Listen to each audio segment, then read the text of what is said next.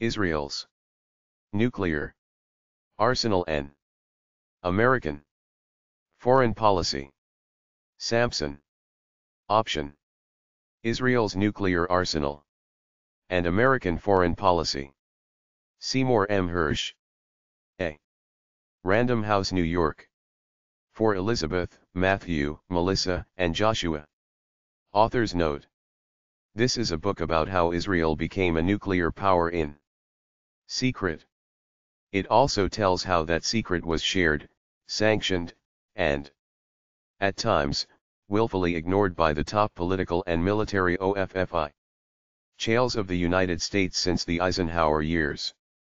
In it, you will find many senior American officials being quoted, most of them for the first time, about what they knew and when they knew it. These officials spoke to me not because of animosity toward the Israeli government, but because they realized the hypocrisy of the American policy of publicly pretending that Israel's nuclear arsenal does not exist. That policy remains in effect as this is written.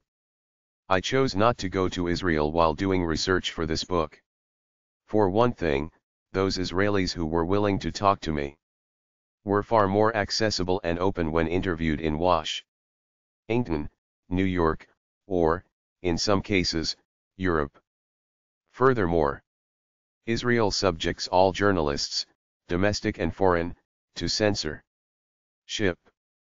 Under Israeli rules, all material produced by journalists in Israel must be submitted to military censors, who have the right to make changes and deletions if they perceive a threat to Israeli national security.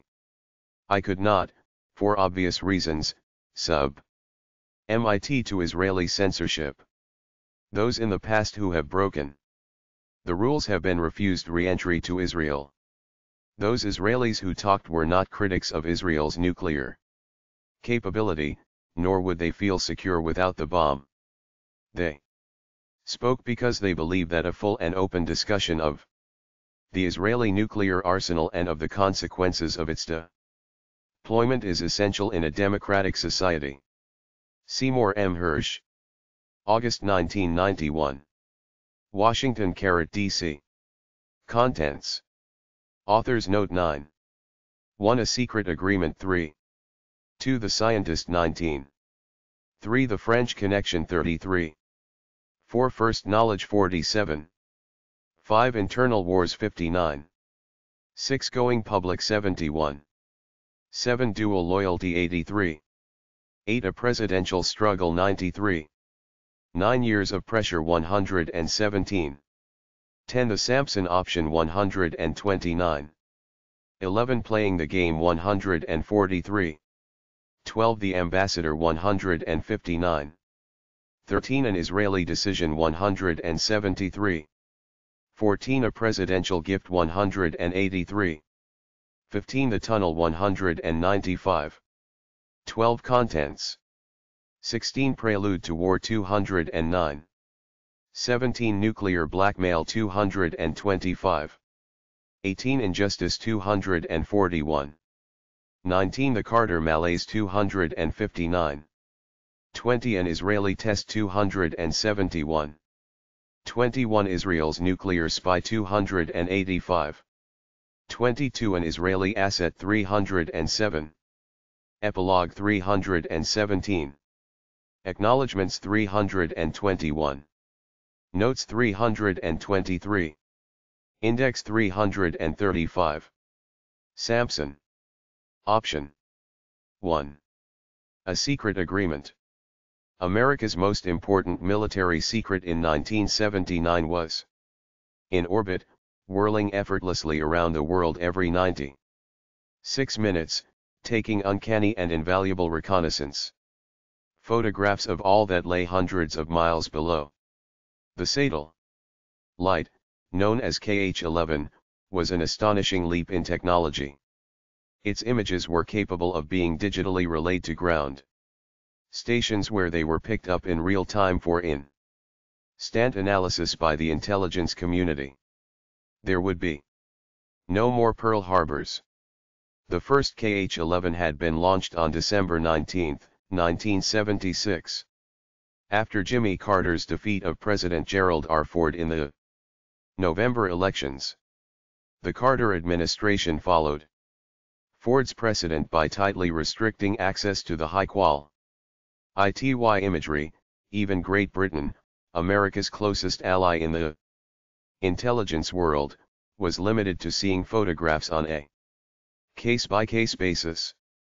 The intensive security system was given a jolt in March 1979, when President Carter decided to provide Israel with KH-11 photographs. The agreement gave Israel access to any satellite intelligence dealing with troop movements or other potentially threatening activities as deep as 100 miles inside the borders of neighboring Lebanon, Syria, Egypt, and Jordan. The Israelis were to get the real thing, the raw and spectacular first-generation imagery as captured by the KH-11, some of it three-dimensional and not the deliberately fuzzed and dulled photographs that were invariably distributed by the American intelligence community to the bureaucracy and to overseas AL. For the Samson option lies in an effort to shield the superb resolution of the KHLL's optics asterisk. It was a significant triumph for the Israeli government, which had been seeking access to the KH-11 since the moment of launch 3 years before. Jimmy Carter's decision to provide that high-tech imagery was suspected by some American intelligence officials as being a reward for Prime Minister Menachem Begin's successful Camp David summit with Egypt. President Anwar Sadat the year before. These officials understood what many in the White House did not, adding an Israeli dimension to the system was a major commitment and one that would interfere with the KHLL's ability to collect the intelligence its managers wanted.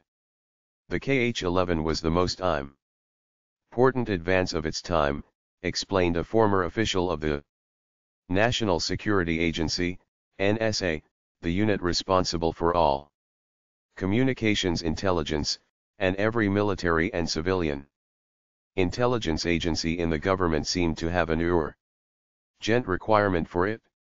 The goal of the KHLL's managers was to carefully plan and prioritize the satellite's schedule to get it to the right place at the right time, while avoiding any abrupt shifts in its flight path or any sudden maneuver that would burn excess fuel. With good management, the multimillion-dollar satellite, with its limited fuel supply, would be able to stay longer in orbit, provide more intelligence, and be more cost-efficient. Carter's decision to give Israel direct access to the KH-11 completely disrupted the careful scheduling for the satellite's future use. It also meant that some American intelligence agencies were going to have less access to the satellite. It was an unpopular decision in many ways, said the former NSA official. There were no official protests inside the administration. However, those few who were distressed by the KH-11 agreement understood that any disquiet, or even second-guessing, the KH-11 was at the time known to be the most significant advance in outer space reconnaissance. The key element of the 64-foot-long satellite was a downward-looking mirror in front of the camera that rotated from side to side, like a periscope, enabling the satellite to track a single location as it moved across the atmosphere. The result was a stereoscopic image of unusually high quality that could be even further enhanced by computer. A secret agreement 5 could jeopardize their own access to such information and thus reduce their status as insiders.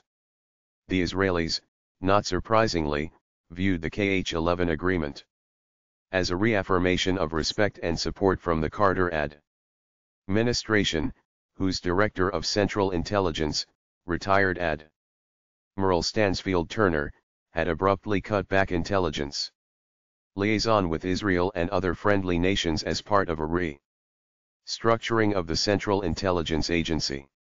The Israelis, accustomed to far warmer treatment by Presidents Richard M.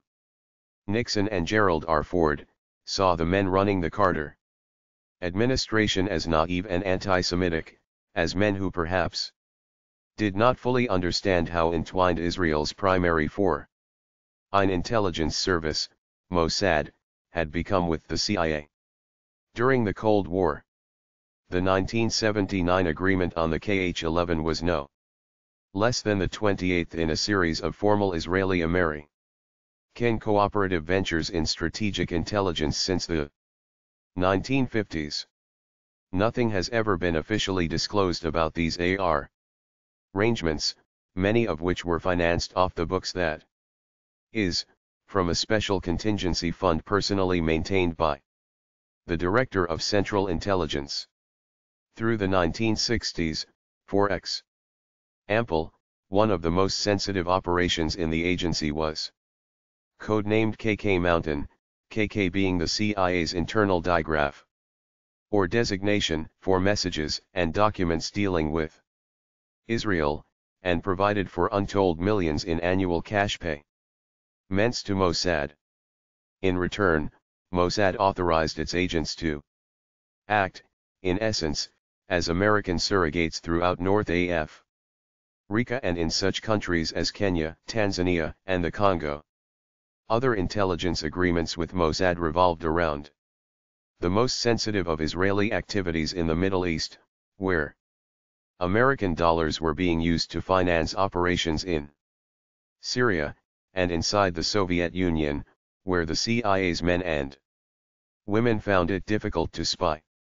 Some of the Soviet activities apparently were financed by regular agency disbursements, and thus cleared through the appropriate CIA congressional oversight committees, but the complex amalgamation of American financing and Israeli operations remains one of the great secrets of the Cold War. The Israelis had responded to Admiral Turner's 1977 cutback.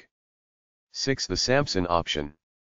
In liaison, in essence, his refusal to pay for the continuing operations in Africa and elsewhere by sharply reducing their flow of intelligence back to Washington. In the Israeli view, the KH-11 agreement in March 1979 was made inevitable not by the success of Camp David but by the CIA's failure to anticipate the steadily increasing Soviet pressure on Afghanistan in 1978 and the continuing upheavals in Iran. There were large Jewish communities in both nations. Many shopkeepers in Kabul, Afghanistan's capital, were Jewish, and Mossad's information was far superior to the CIA's. Most galling to the President and his top aides was the CIA's embarrassingly inept reporting on Iran, where Shah Mohammad Reza Pahlavi, a U.S. ally of long standing, had been overthrown in February 1979 in a popular uprising despite a year-long series of upbeat CIA predictions that he would manage to cling to power. The CIA had rejected the Israeli view, provided in a trenchant analysis in 1978 by Yuri Librani, a former Israeli ambassador to Iran, that the Shah would not survive. The CIA had failed the president and forced the American leadership to turn once again to Israeli help in trying to anticipate world events. It was no accident that Librani was attached to the Israeli delegation that negotiated the March 1979 KH-11 agreement in Washington. The KH-11 imagery provided Israel depicting any military activity inside the border of Israel's four neighbors is known as INW, for intelligence and warning, and carries the highest classification marking in the American intelligence community. The photographs, once processed, were to be picked up by Israeli military attachés at a special Pentagon office controlled by the Defense Intelligence Agency, DIA, the military's Joint Intelligence Service. There was one significant caveat in all this: Israelis were not to be given any intelligence. that could help them plan preemptive strikes on their neighbors. I set up the rules, one senior American intelligence official. Asterisk in August 1977, for example, the CIA produced a 60-page study for the President, entitled Iran in the 1980s that was predicated on the assumption that the Shah would be an active participant in Iranian life well into the 1980s. 5 months later, Carter, to his everlasting embarrassment, publicly toasted Iran at a 1977 New Year's Eve state dinner in Tehran as an island of stability in a turbulent corner of the world. A secret agreement 7. Recalled. The system was designed to provide the Israelis with everything they could possibly use within the 100 mile striking distance. If it was inside Syria or Egypt, they got it all. If it was Iraq, Pakistan, or Libya, they didn't. The official added, however, that he and his colleagues anticipate from the outset that the Israelis would do everything possible to get around the restrictions of the agreement. One of the immediate Israeli arguments was that the limitations should not apply to the joint enemy of the United States and Israel, the Soviet Union. In the months ahead, there would be constant Israeli pressure for access to satellite intelligence on the Soviet supply lines to Syria and the Soviet involvement in the training of Iraqi combat divisions in western Iraq. Those requests were flatly turned down by the Carter administration. Nonetheless, Israel was once again an essential ally, and even if it could not get unfettered access to Kh-11 imagery, the 1979 agreement did include language permitting Israel to make specific requests for satellite intelligence. Each request would be handled on a case-by-case basis. The package was too much for British intelligence officials. Involved Americans recalled, who were described as mad as hell about Israel's being provided with the chance to obtain intelligence that they World War II allies and fellow members of NATO could not get. The British were denied full access, American officials explained, in part because of concern about what turned out to be a major leak inside the British Communications Intelligence Establishment, known as GCHQ-J4 Government Communications Head Quarters. American intelligence officials had learned by the end of the Carter administration that the existence and capability of the Kh-11 system were known to the Soviets, and there were suspicions that someone in a senior position in British intelligence was funneling vast amounts of technical information to Moscow. In the fall of 1982, a former high-level GCHQ employee named Jeffrey A. Prime, of Cheltenham, was arrested on sex charges, and he subsequently confessed to spying for the Soviets. Prime, who was sentenced to a 35-year jail term, was said by British authorities to have had access to matters of the utmost secrecy. There were British newspaper reports that senior British officials had known of Prime's betrayal for 2 years before the arrest but had not told their American counterparts. The incident led to inevitable tension between the intelligence services of the two allies. "We were holding back the Brits for a definite reason," one American said.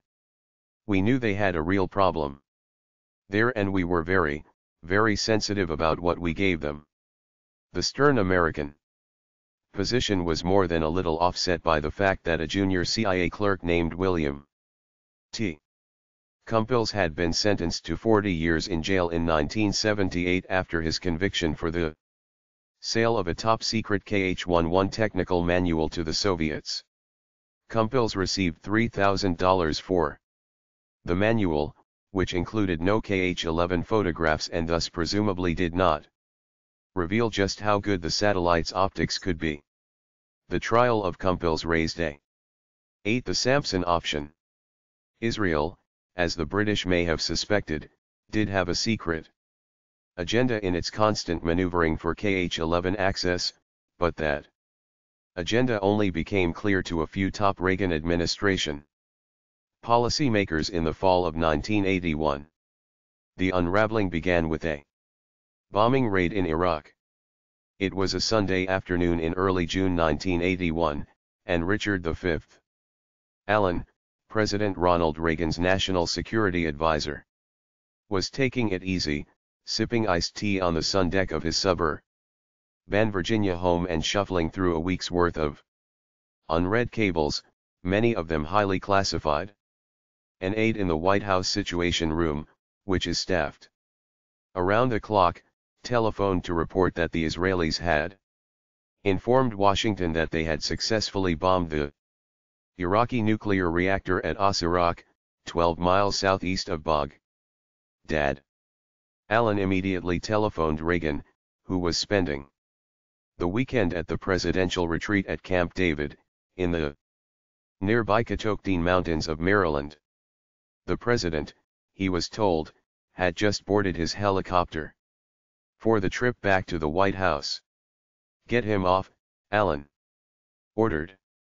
It was, after all, the new administration's first Middle East crisis. The president took the telephone call amid the background thumping of the helicopter blades. "Mr. President, the Israelis just took out a nuclear reactor in Iraq with Fi-6s. Israel, aided by long-term, low-interest Amir Icahn credits, had been authorized in 1975 to begin the purchase of 75 Fi-6s for defensive purposes only. What do you know about it?" "Nothing, sir. I'm waiting for a report." "Why do you suppose they did it?" The president let his rhetorical question hang for a moment.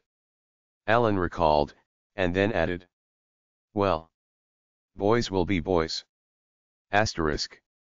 Number of embarrassing questions about security at CIA headquarters, where Cumpils worked, at least 16 other KH-11 technical manuals were missing, and there was testimony to the effect that Cumpils and others, if they wished, were able to leave the premises without any security check. Asterisk. Moments later, Allen added, Secretary of State Alexander M. Haig, Jr., who had competed from Inauguration Day with all senior officials for influence in the administration, telephoned and excitedly demanded to know where the then airborne Presi. A secret agreement 9. The next morning, according to Allen, there was a meeting of Reagan's High Command at which Secretary of Defense Par Weinberger proposed canceling the F-16 aircraft sale. Auth. ERS at the meeting, including Vice President George Bush and Chief of Staff James A. Baker III, agreed that some sanctions against Israel were essential.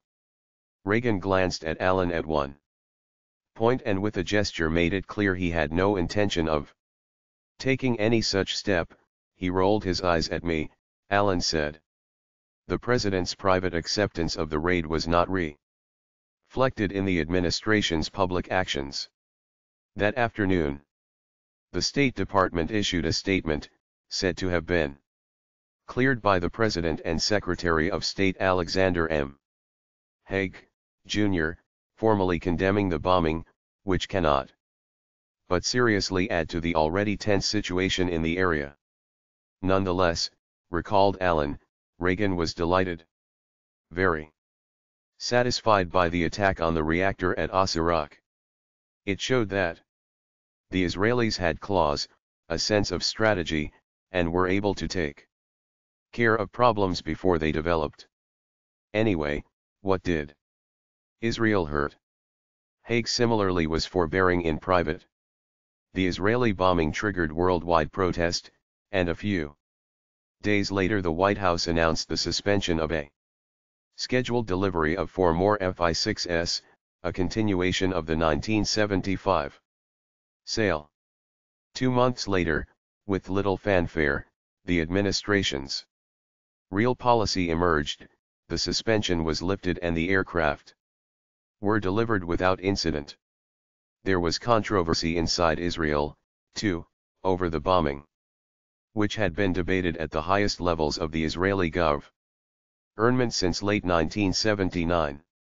Yitzhak Hofi, the director of Mossad, and Major General Yehoshua Sagai, chief of military intelligence, both opposed the attack, primarily because there was no evidence that Iraq was as yet capable of building a bomb. They dent was, Dick, I've got to talk to him right away.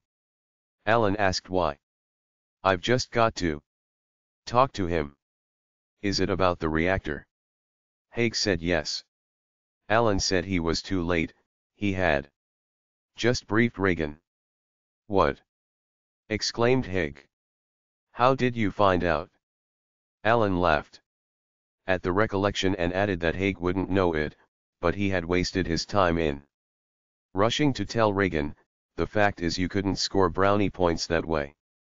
Ronald Reagan never remembered who told him first. That issue also was hotly debated inside the American intelligence community, whose experts on nonproliferation did not have complete information, as one involved official put it about Iraq's capabilities. After the Israeli strike, the American 10, the Samson Option, were joined in feudal descent by Yigael Yadin, the deputy prime minister. At a late 1980 planning session, Sagai continued to inveigh against the mission, arguing that the adverse reaction in Washington would be a more serious national security threat to Israel than was the Iraqi reactor. He took exception to the view that any Israeli military steps to avoid a second Holocaust were permissible. Sagai suffered for his dissent.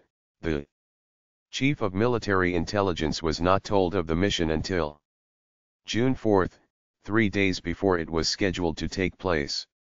Sagai responded by renouncing any responsibility for the raid and threatening briefly to withhold intelligence. The mission planners, anxious to avoid international protest, had gone to extremes to mask the operation. It was hoped that Iraq and the rest of the world would be unable to fix blame for the bombing on the unmarked Israeli Air Force planes. The attack had been carried out, as planned, in 2 minutes, and the likelihood of any detection was slight. But Menachem B. Jin, buoyed by the success, stunned his colleagues on June 8 by unilaterally announcing the Israeli coup.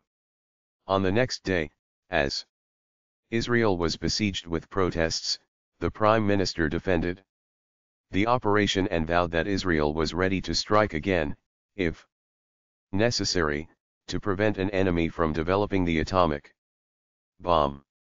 If the nuclear reactor had not been destroyed, Begin said, another Holocaust would have happened in the history of the Jewish people. There will never be another Holocaust. Never again. Never again. 2 days later, at a British diplomatic reception, Begin again shocked the senior officials of his government, as well as the intelligence community, by bragging that the Israeli planes also had destroyed a secret facility buried 40 meters 130 feet below the reactor at As-Iraq that was to serve as the assembly point for the manufacture of Iraqi nuclear bombs. The appalled Israeli officials knew that Begin's remarks were descriptive. Experts concluded that Israel had bombed only one of 2 major targets at the site. It had destroyed the reactor as planned but left the nearby reprocessing plant untouched.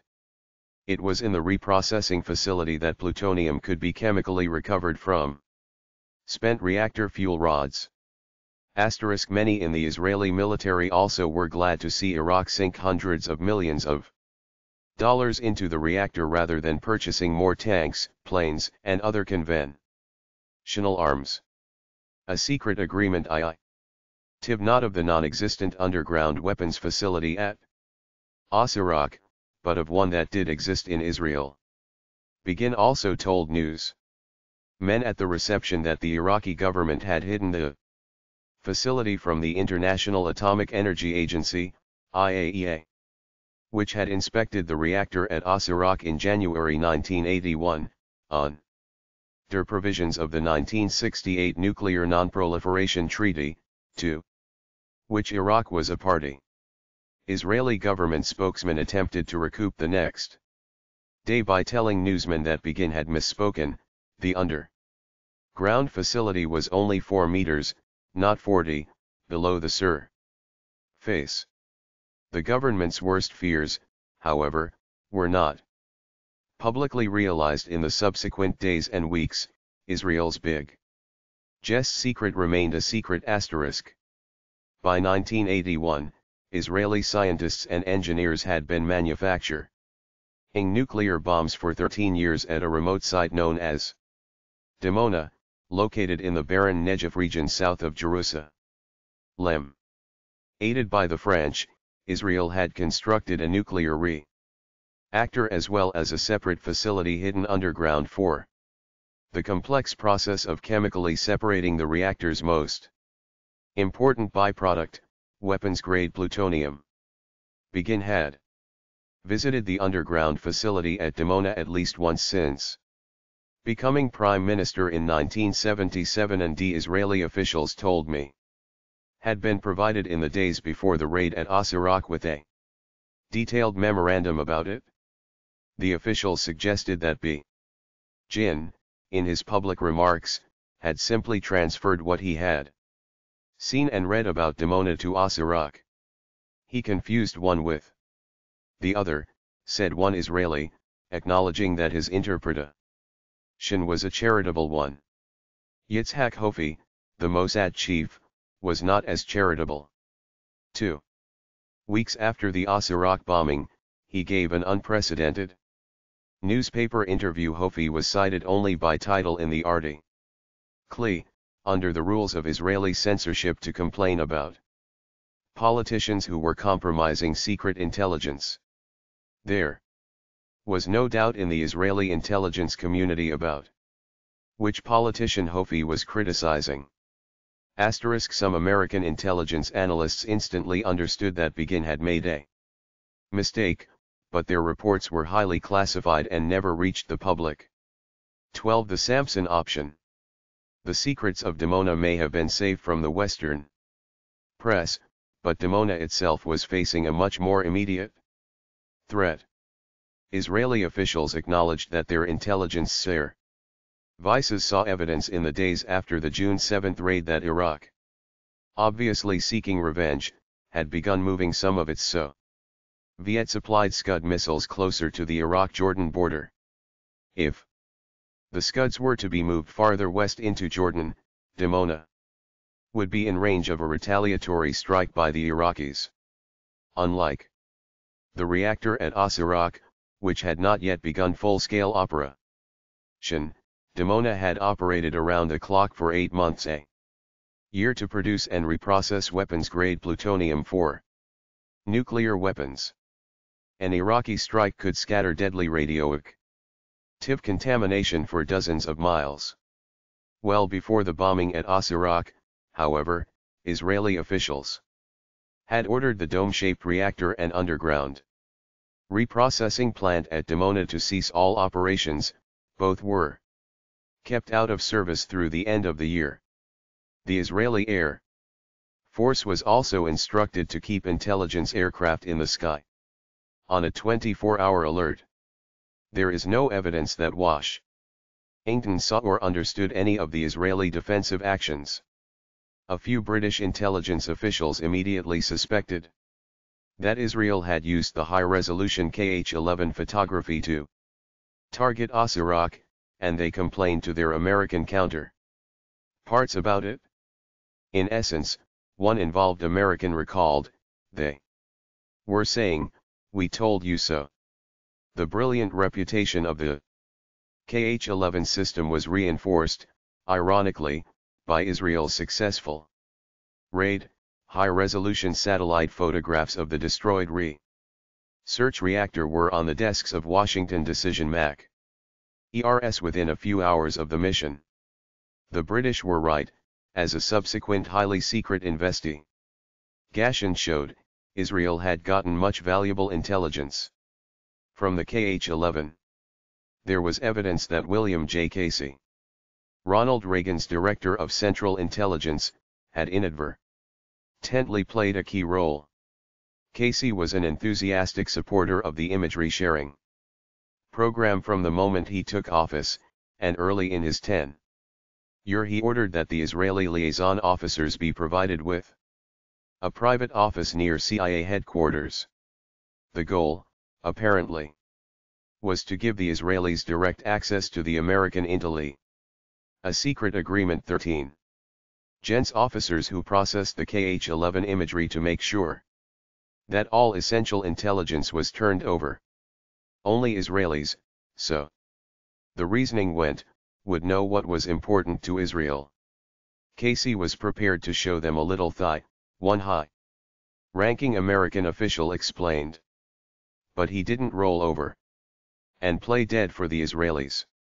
The CIA director, suddenly confronted after Asarach with serious questions about Israel's abuse of the KH-11 intelligence sharing agreement, authorized a small, ad hoc committee of experts to review the matter. The group was ordered to operate with the heightened security that always surrounded Israeli intelligence issues. What the review group found was stunning. In little more than 2 years, the Israelis had expanded what had been a limited agreement to the point where they were able to extract virtually any photograph they wished from the system. Most surprisingly, the Israelis had requested and received extensive KH-11 coverage of Western Russia, including Moscow. The Israelis did everything except target the bird, one disturbed military man acknowledges. There was anger at the senior officials of the Central Intelligence Agency and Defense Intelligence Agency for what some officials considered their very lax management of the liaison agreement.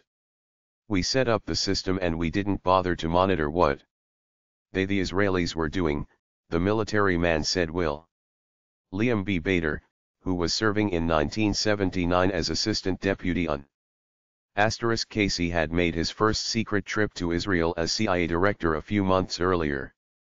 And, according to Israelis, put in motion an ambitious list of joint intelligence operations aimed at rolling back communism actions, Casey believed, that had all but ceased during the Carter years. These included renewed espionage activities inside the Soviet Union, aid for the anti-communist solidarity movement in Poland, and economic and military support in violation of a congressional ban for Jonas Savimbi's UNITA resistance movement in Angola. Casey also insisted upon and apparently received Israeli promises of support for what emerged in the early 1980s as one of his near obsessions: covered aid to the anti-communist Renamo insurgency in Mozambique.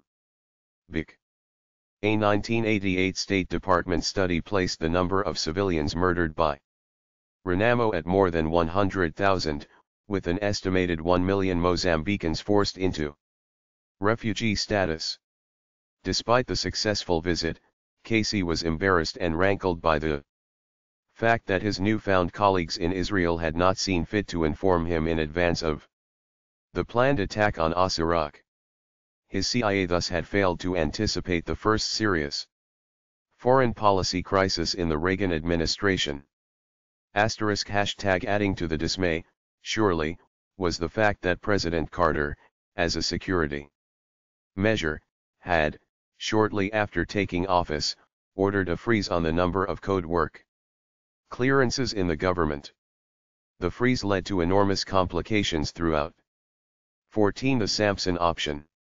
Der Secretary of Defense for Policy, recalled his frustration at knowing that the Israelis were edging deeper into the overhead and not knowing how to stop it.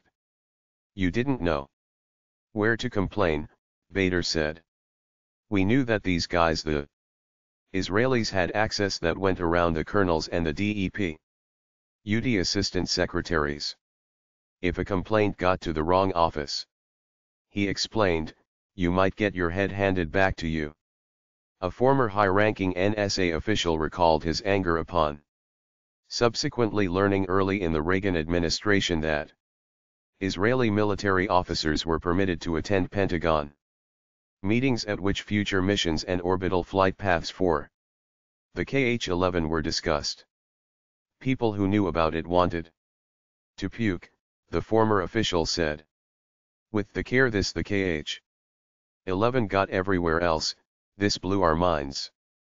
However, an other senior American intelligence officer, agreeing that a lot of guys were shocked and dismayed, explained that he was less troubled by the Israeli encroachment. It was in our national interest to make sure in 1981 that the Israelis were going to survive. This officer depicted the direct access provided to Israel as a compromise. Israel wanted to make sure that nothing important was passed by. It needed to make sure it got all it needed. The Israeli officer assigned to the Pentagon, the intelligence officer said, was only relaying Israel's intelligence needs to the men in charge of the KH-11 program. The Israeli, in return, was allowed to stand by as the KH-11 funneled its real-time imagery back to Washington. A State Department official who was involved said he and Secretary Haig viewed the arguments about Israeli access as an intelligence community theological debate. Why have a fight? Give them the pictures. It's a confidence builder. It was a zero-sum issue for the Israelis, this official added. If the Reagan administration refused them access to the KH-11, they would turn to Congress and get the money inserted into the foreign aid budget for a satellite, launching pad, and downlink. To Richard Allen as well, Israel's manipulation of the KH-11 agreement was no big deal. I figured they had friends. The intelligence world, because many analysts were not permitted access to the information such as that collected by the KH-11 they needed to do their job. A secret agreement 15. In the Pentagon who informally had provided the expanded access. It was finally agreed in the White House after the ad hoc review that the photographs could continue to flow to Israel. But with the initial 1979 restrictions emphatically back in force, we were going to narrow the aperture, Allen said. Israel would no longer be permitted to get KH-11 imagery of the Soviet Union or any other country outside the 100-mile limit. Allen personally relayed that message in the fall of 1981 to Ariel Sharon, the controversial and hardline Israeli general and war hero who had been named defense minister in August by the newly re-elected Begin government. Begin and Sharon were in Washington in September to lobby the White House in support of a far-reaching Israeli plan for AU's Israeli strategic cooperation against a shared enemy, the Soviet Union. An Israeli memorandum for Washington argued that the two nations needed to cooperate against the threat to peace and security of the region caused by the Soviet Union or Soviet-controlled forces from outside the region introduced into the region.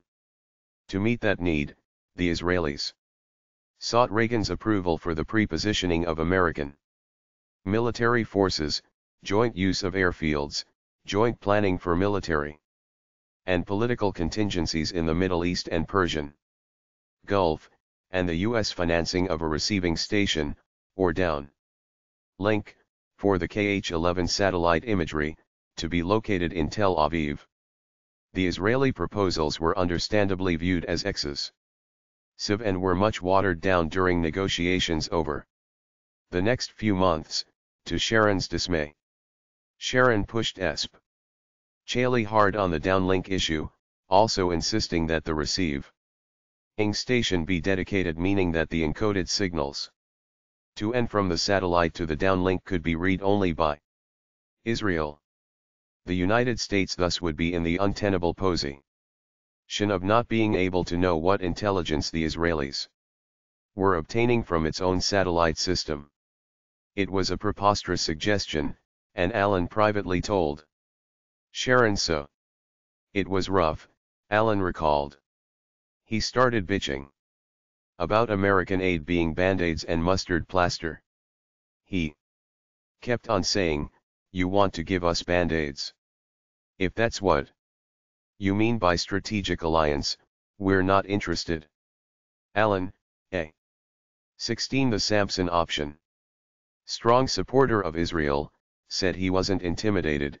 "I saw Sharon as a big tough swashbuckler who did a lot of bellowing. The bombing at Osirak led to no significant changes in the U.S.-Israeli relationship, nor were any serious questions raised about Israel's need for so many Kh-11 photographs from so many places, a need that risked a breach in Israel's relations with the United States. Despite the brief flap over Israeli access, there were no lessons learned, and Kh-11 photographs continued to flow to Israel. Some far-reaching changes were triggered, however, for Israel. The French, who had also been the chief suppliers of nuclear materials and expertise to Iraq in return for oil, were embarrassed as well as outraged by the Israeli attack. There were a few officials in Paris who sought revenge by breaking long-held vows of silence, and they began to tell about an earlier French nuclear relationship in the Middle East, as secret partners in the making of the Israeli bomb. Ariel Sharon concluded after the cabinet room meeting that the United States was not a reliable strategic ally.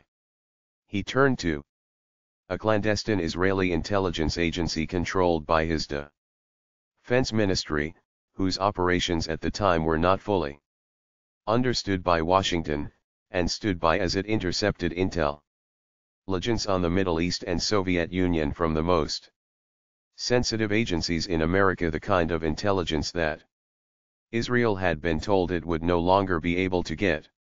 An American Jew working in the U.S. intelligence community had volunteered his services to the agency several years earlier. He would soon be put to work spying on his country for Israel. It's almost certain that no one in Ronald Reagan's White House considered Sharon's request for a Kh-11 downlink in Tel Aviv in terms of Israel's nuclear ambitions. Similarly, the ad hoc review group that William Casey had set up after Osirak to monitor compliance with the 1979 intelligence sharing agreement blithely accepted Israel's explanation for its violation of the rules.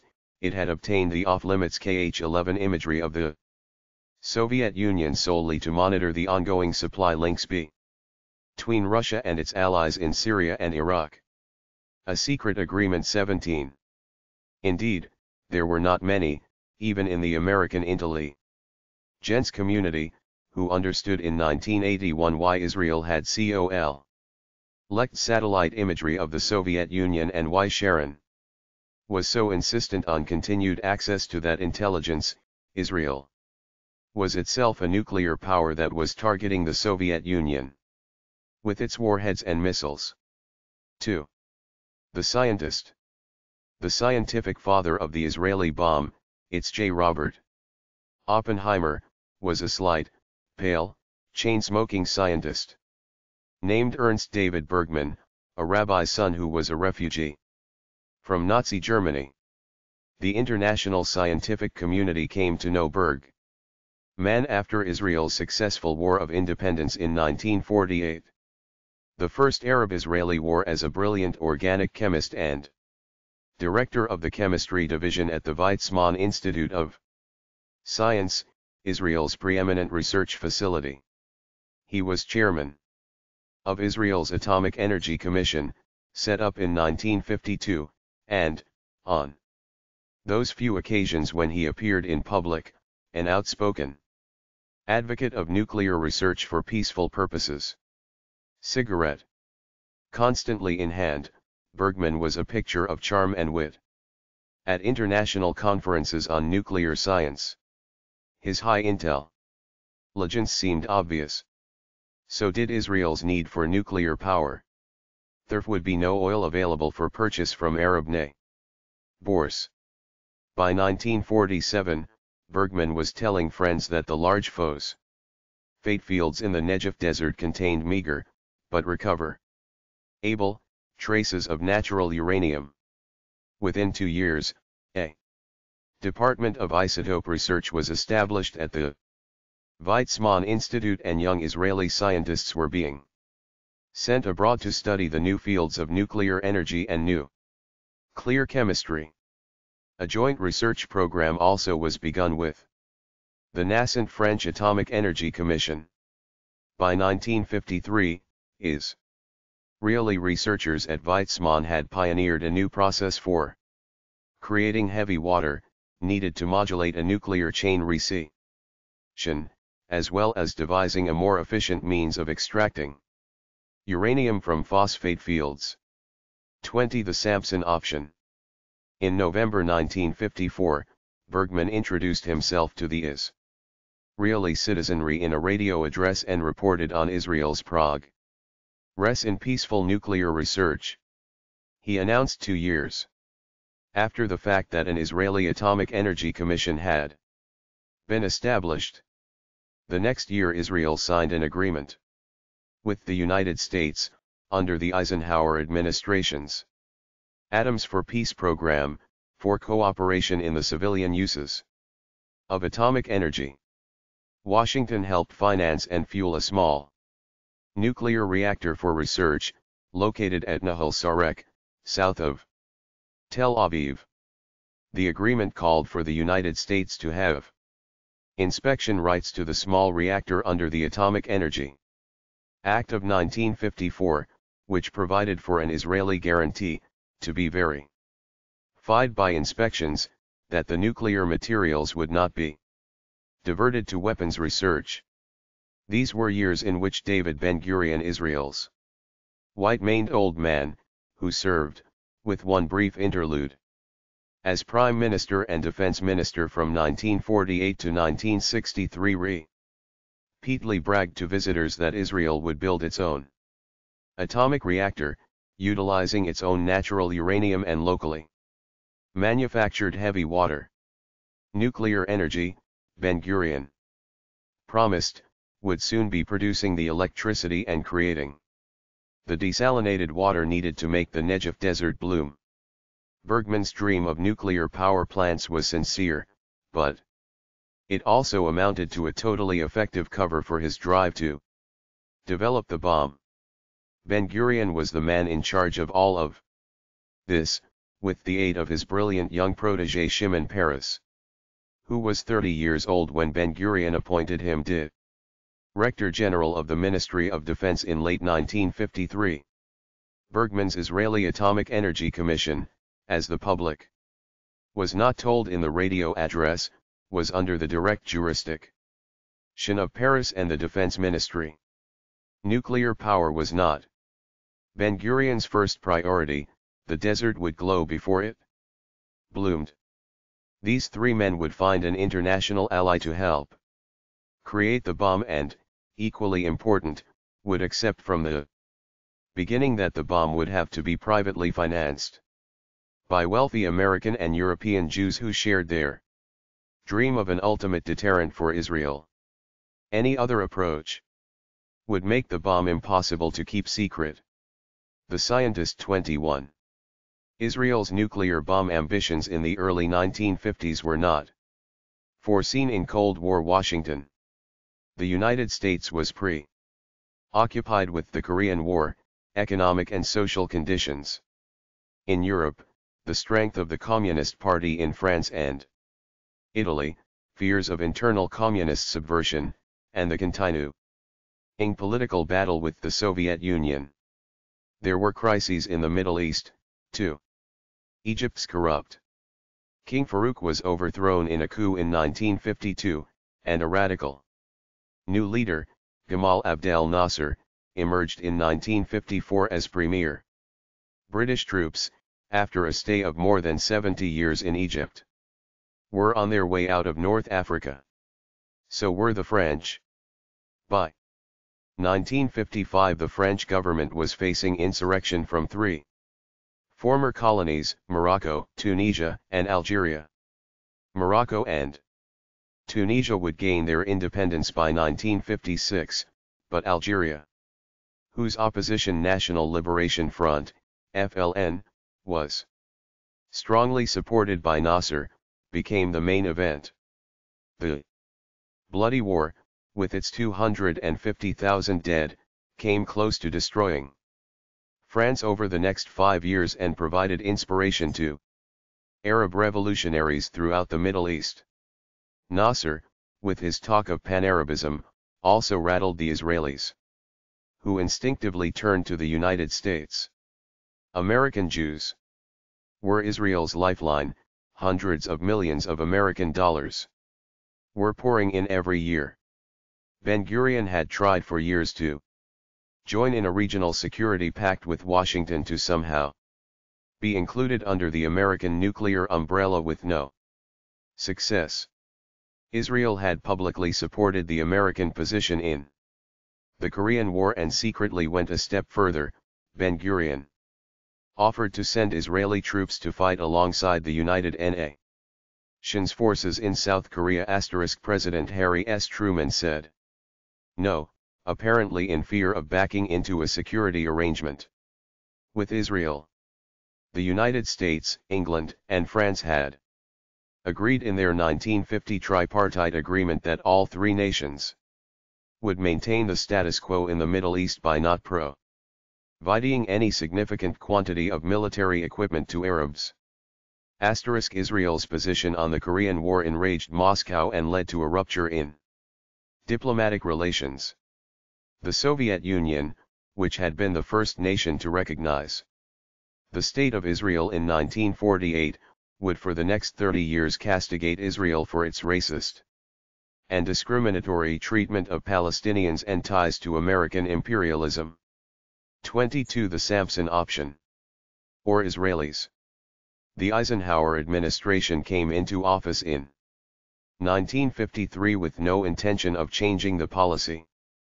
Israel tried, nonetheless, to establish some kind of a special relationship with President Eisenhower, with no luck.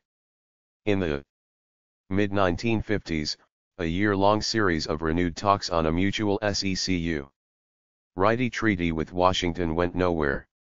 At one point, as Ben-Gurion told his biographer, Michael Bar-Zohar, he conceived offering Eisenhower American bases in Israel in return for a security commitment.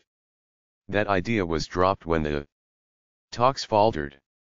There were equally unsuccessful stratagems to purchase fighter planes and other weapons, but Eisenhower essentially maintained the 1950 embargo on arms sales to Israel throughout the 8 years of his presidency.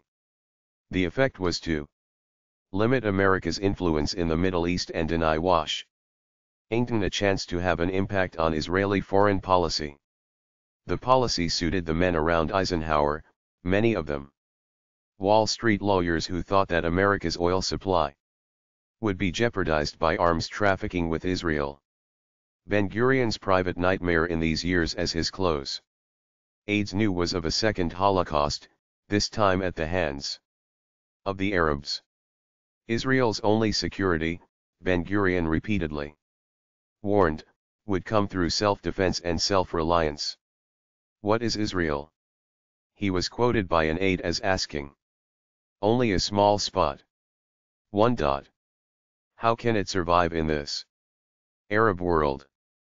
Ben-Gurion believed that he understood Arab character and was persuaded that as long as Arabs thought they could destroy the Jewish state, there would be no peace and no recognition of Israel.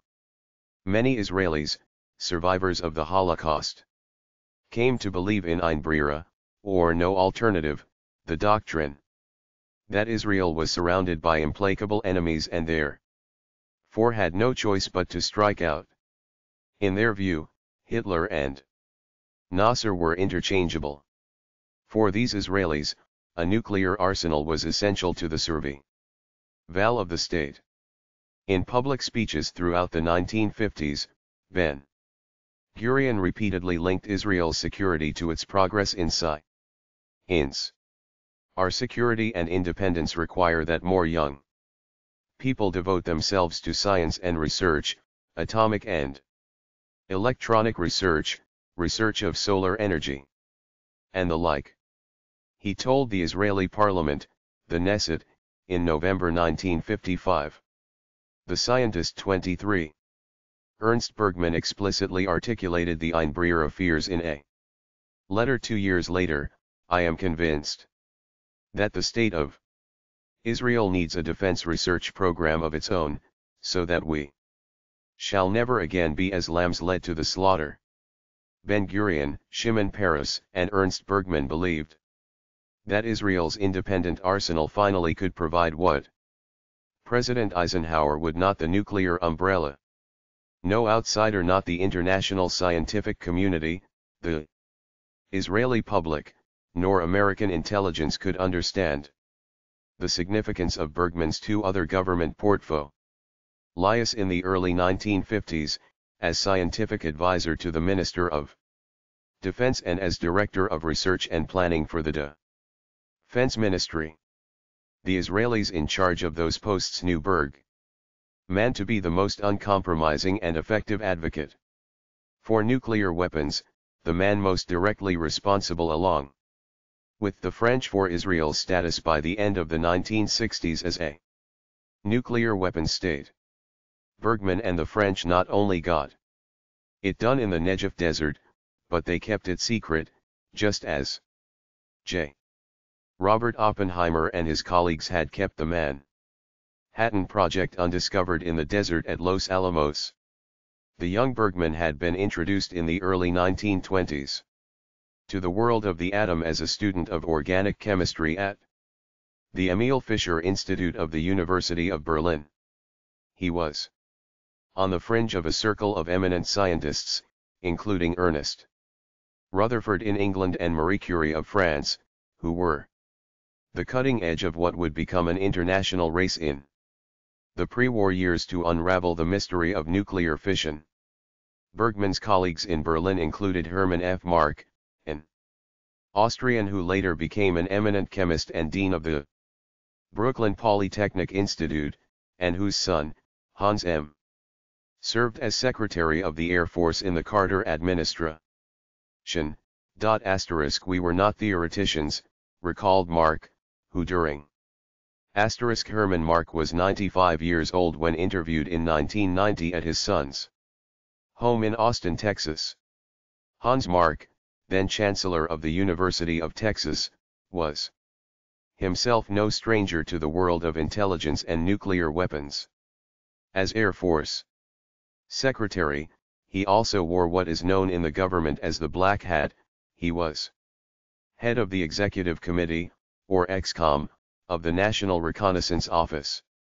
NRO, a most secret unit that is responsible for the development, procurement, and targeting of America's intelligence satellites.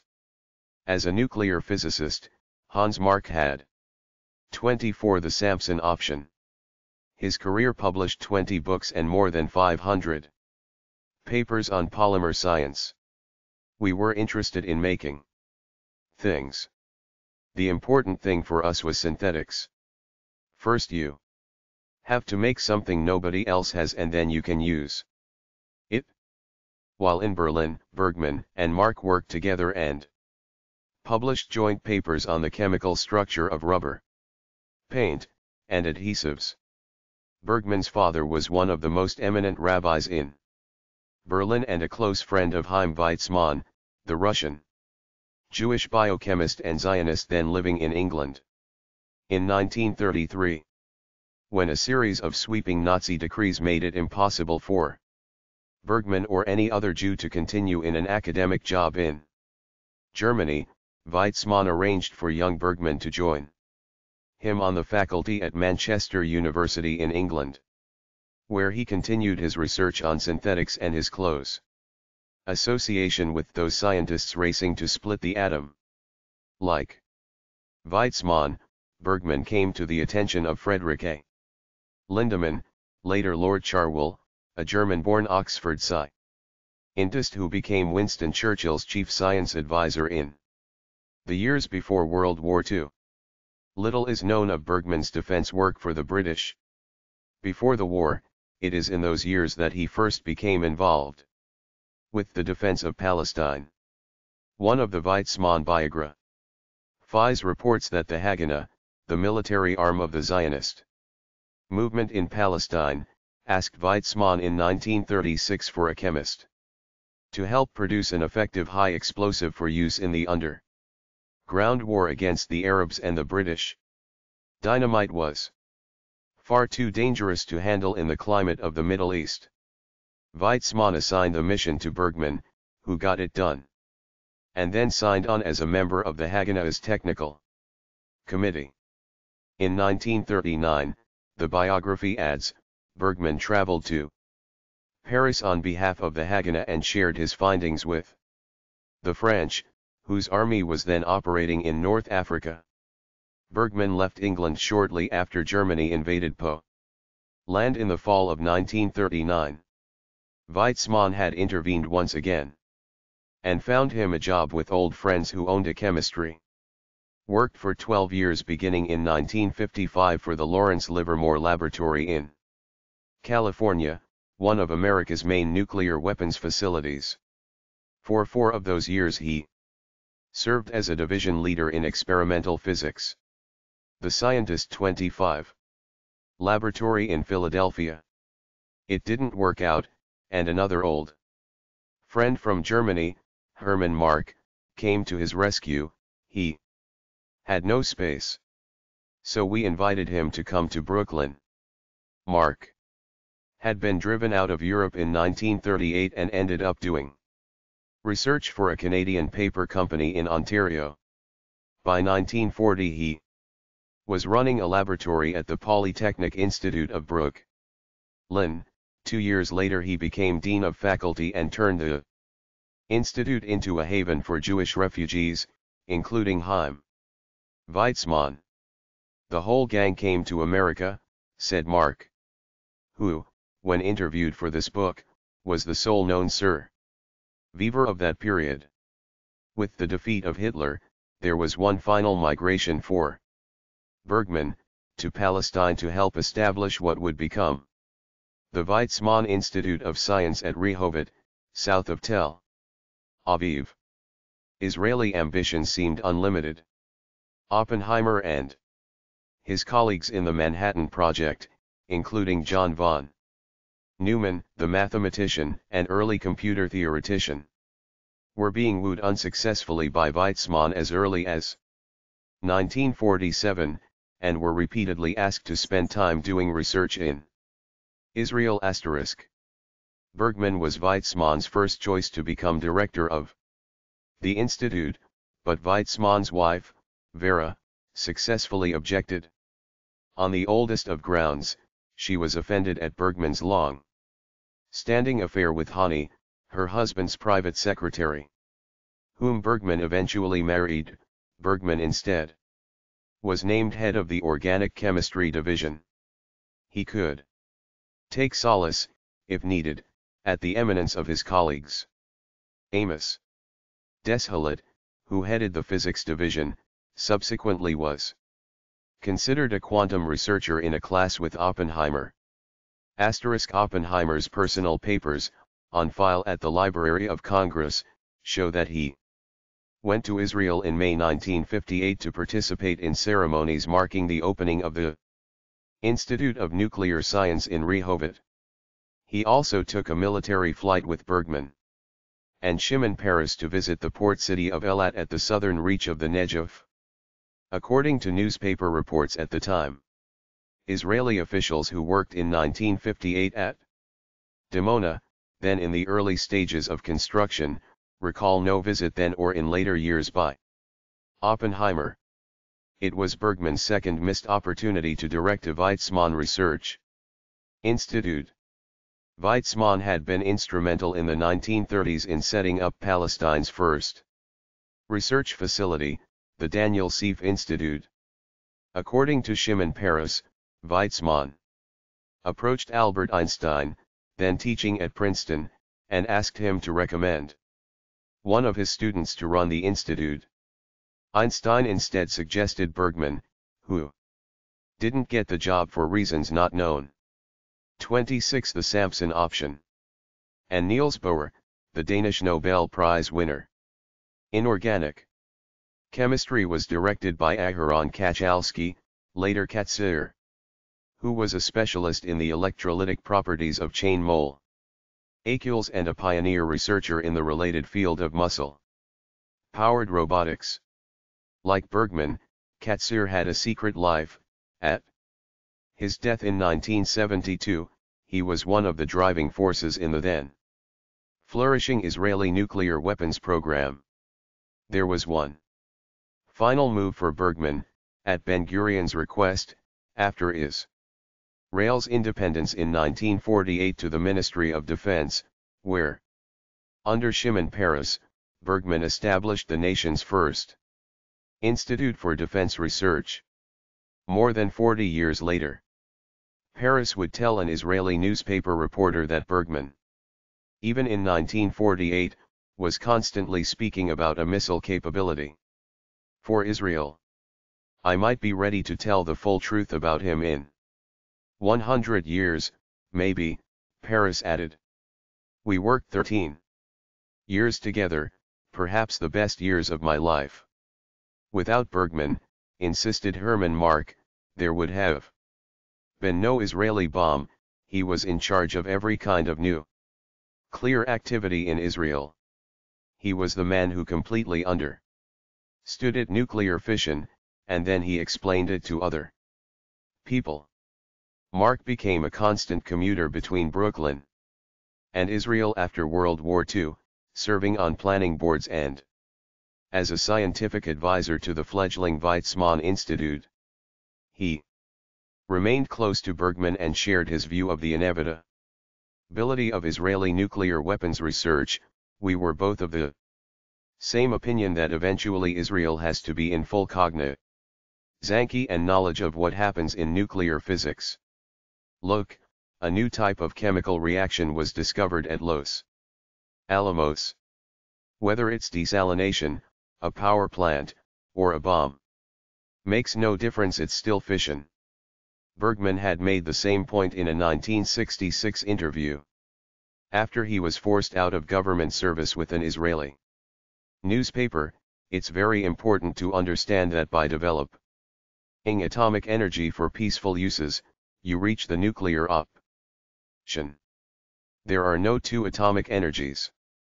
That interview, 9 years before his death, was as close as Bergman ever came to publicly discussing the bomb. Bergman was anxious, rightly. The scientist 27.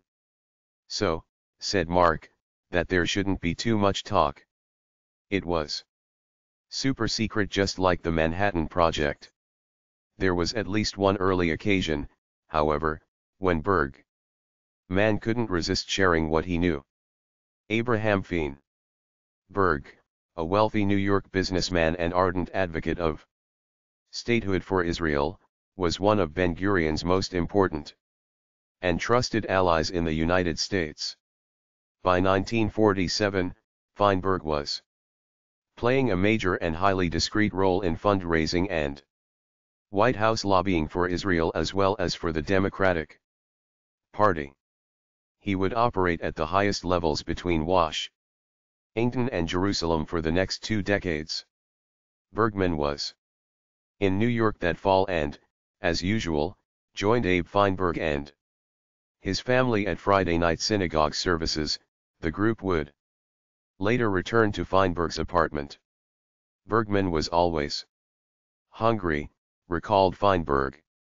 He loved my wife's scrambled eggs. One night over dinner, added Feinberg, Bergman's eyes lit up and he said, "There's uranium in the desert." There was no question about the message that a path was now cleared for Israel to develop the atomic bomb. Feinberg was astonished at such indiscreet talk. I shushed him up. Israel's needs in the late 1940s and early 1950s coincided perfectly with France's. Both nations were far from having any technical capacity to build a bomb, nor was there any internal consensus that a bomb was desirable. Ben-Gurion, Peres, and Bergman would spend much of their careers engaged in a bitter fight inside the Israeli government over their dreams of a nuclear weapons program. Most senior members of the ruling MAPE, Israel Workers' Party, viewed an Israeli bomb as suicidal, too expensive, and too reminiscent of the horrors that had been inflicted on the Jews in World War II. The French debate revolved around the Cold War. France's High Commissioner for Nuclear Matters, Frédéric Joliot-Curie, a Nobel laureate who had done important research in nuclear physics before the war, was a member of the Communist Party, who was opposed to a French role in NATO and any French link to nuclear weapons. In 1950, he was the first to sign the Stockholm Appeal, a Soviet-backed petition calling for a ban on 28 the Samson Option, all nuclear weapons.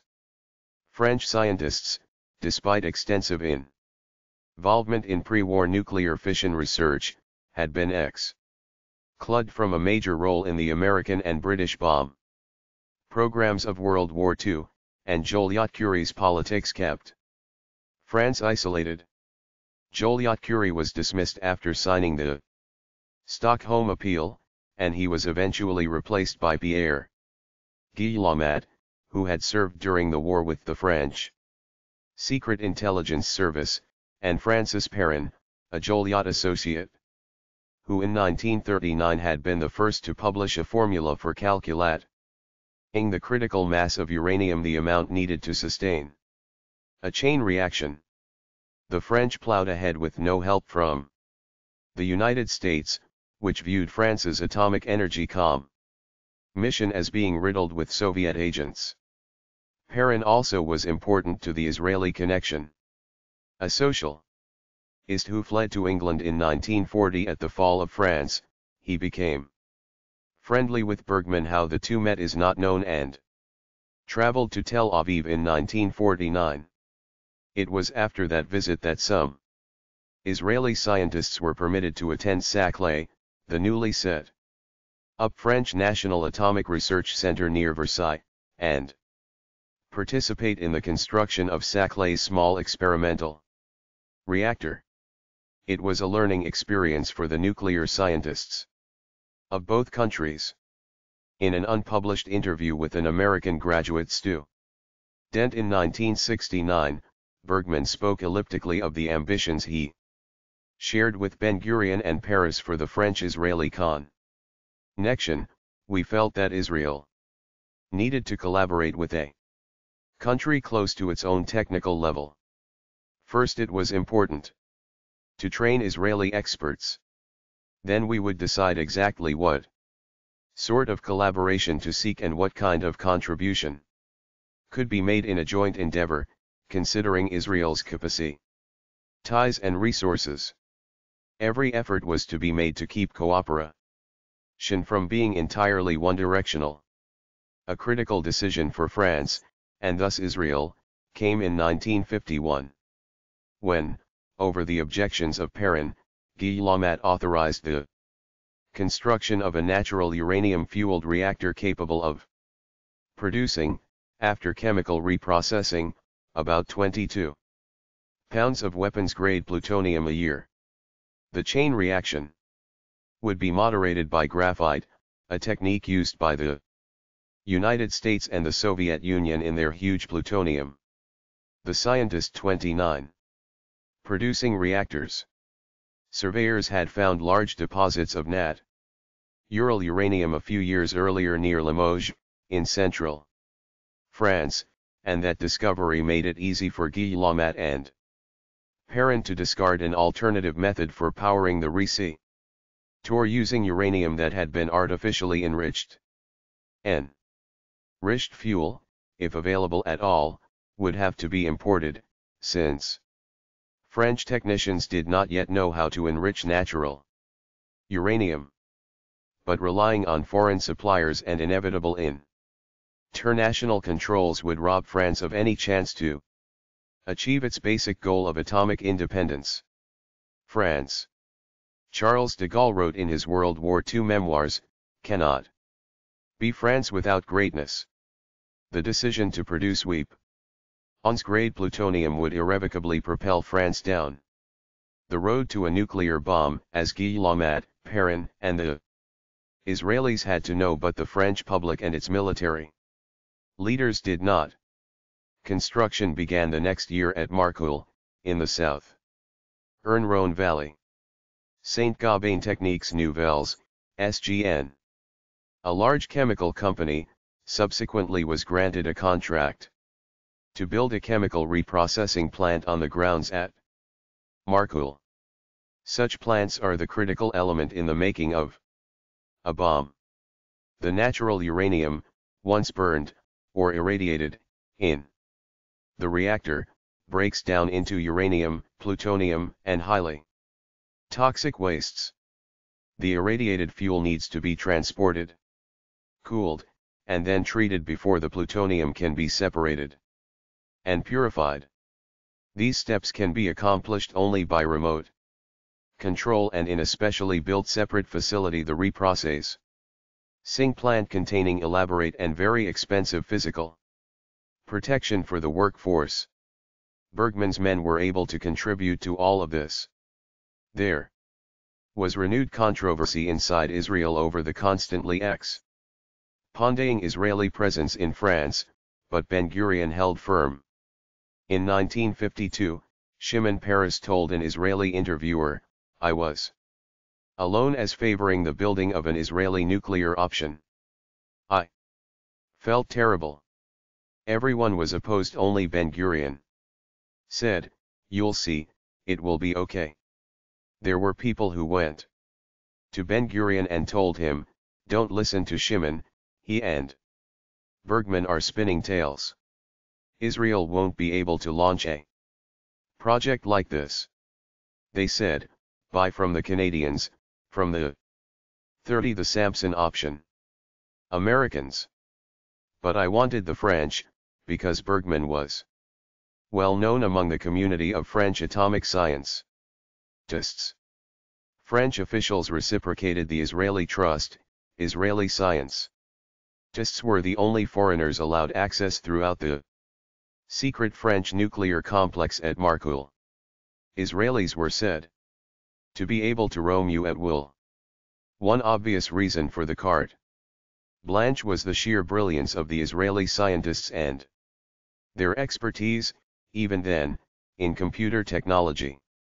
The French would remain dependent for the next decade. The first French nuclear test took place in 1960 on Israeli computer skills. A second reason for the Israeli presence at Marcoule was emotional. Many French officials and scientists had served in the resistance and maintained intense feelings about the Holocaust. And many of France's leading nuclear scientists were Jewish and strong supporters of the new Jewish state, which was emerging, to the delight of these men as France's closest ally in the Middle East. No Frenchman had stronger emotional ties to Israel than Bertrand Goldschmidt, a nuclear chemist who had served during World War II with the handful of French scientists who were permitted, despite being foreigners, to work directly with the Americans doing nuclear research. He had become an expert in the chemistry of plutonium and plutonium extraction. He also had helped build an experimental reactor fueled with natural uranium and moderated by heavy water.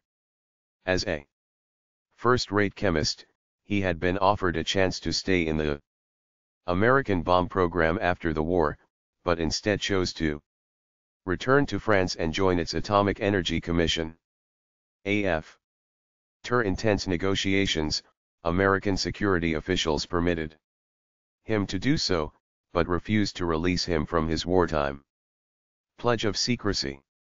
It was tacitly understood, Goldschmidt subsequently wrote, that we could use our knowledge to benefit France by giving information to our research teams, but without publishing and only to the extent necessary for the progress of our work.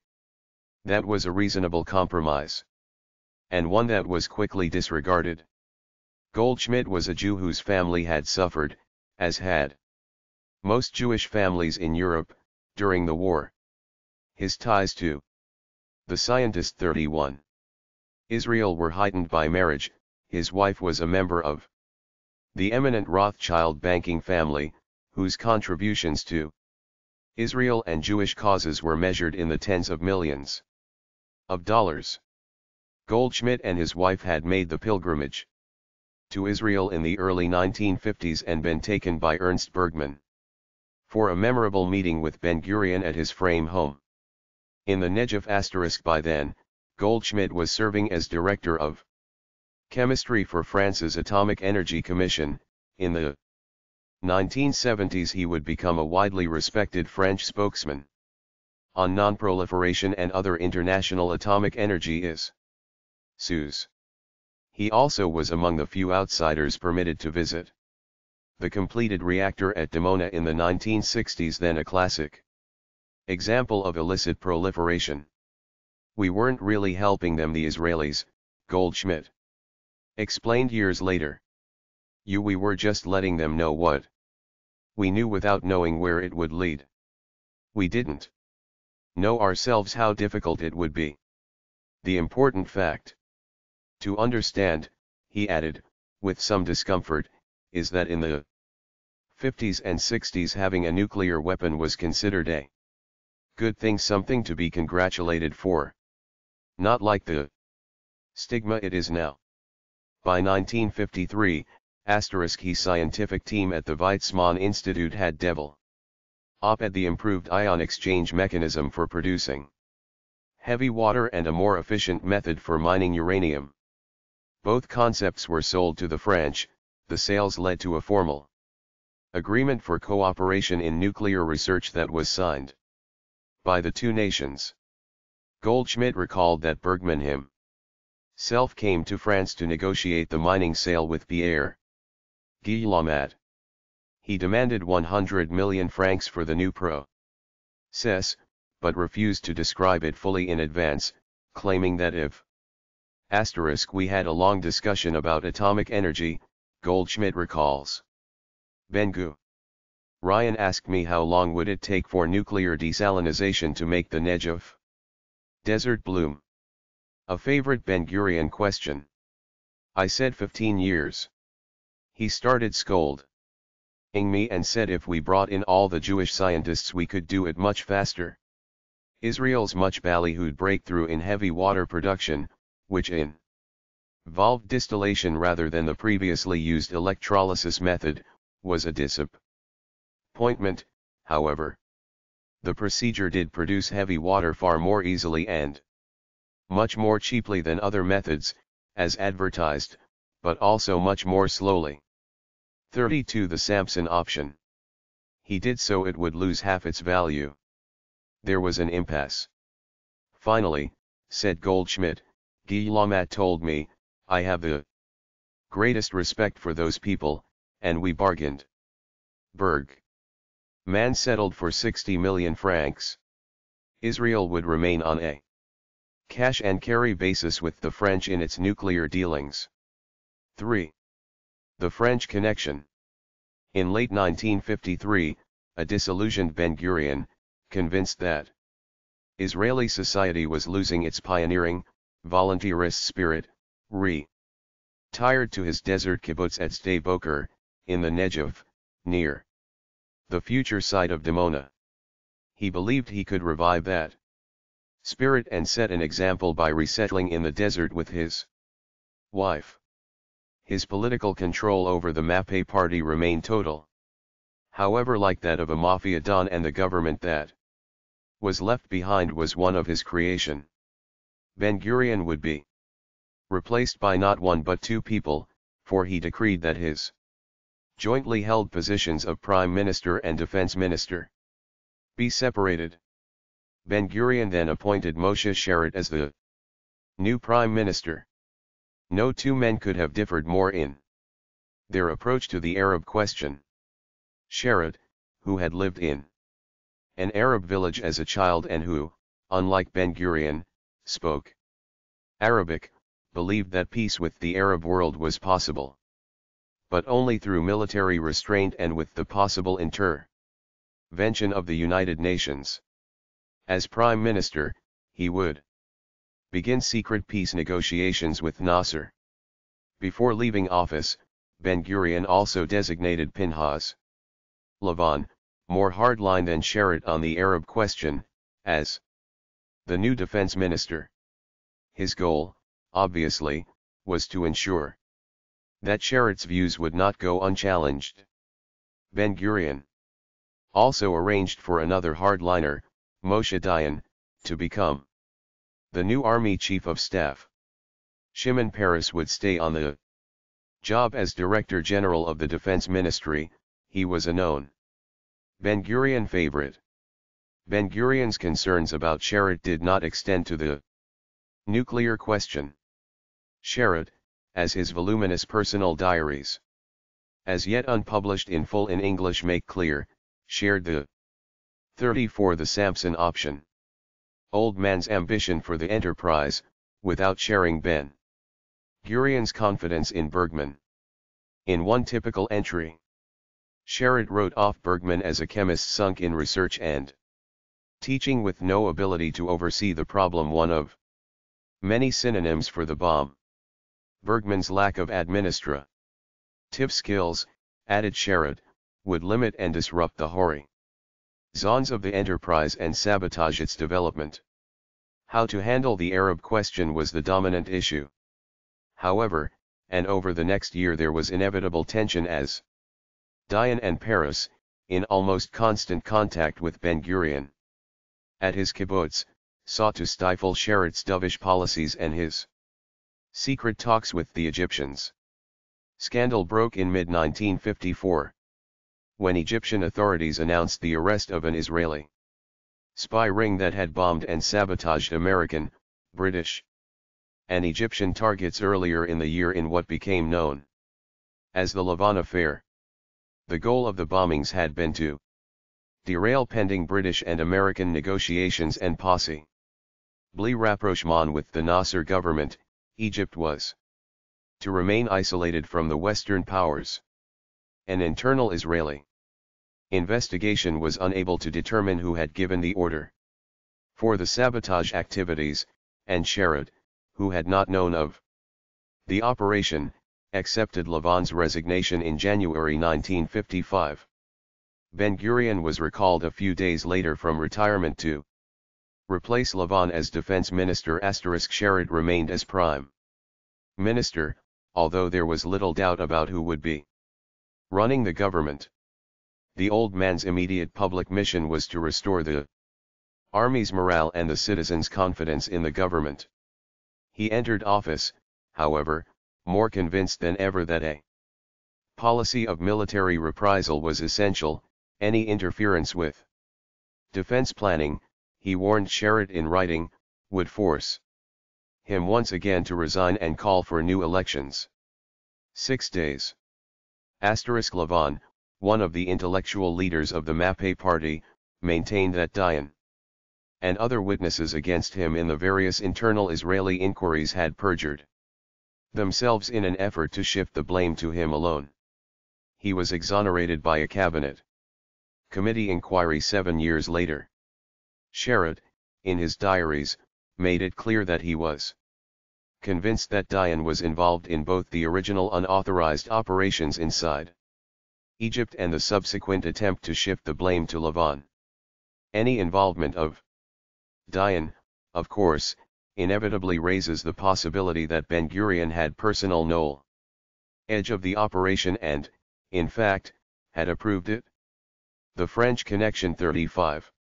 After taking office, on February 28, 1955, Ben-Gurion responded to a cross-border attack by Palestinian guerrillas, or Fedayeen, by authorizing a large-scale retaliation against an Egyptian military camp at Gaza.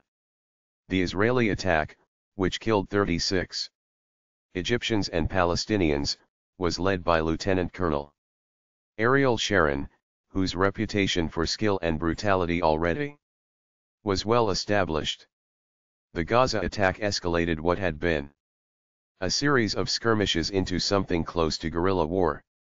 Arab casualties were 4 times greater than Sharon had been told to expect. The raid ended the secret contacts between Sharon and Nasser and resulted in an Egyptian decision to step up its Fedayeen attacks from Gaza. The Israeli historian Avi Shleim has written that Sharon viewed the subsequent increases in Gaza Strip border clashes as the inevitable consequence of the February 28 raid, while Ben-Gurion saw them as a sign of growing Egyptian bellicosity which, if allowed to go unchallenged, would pose a threat to Israel's basic security. Nasser responded to the increased tension by turning to the communist world for military aid. He traveled in April 1955 to the Bandung Conference of African and Asian Nations and received a promise from Zhou Enlai, the Chinese premier, for as many arms as Egypt could afford.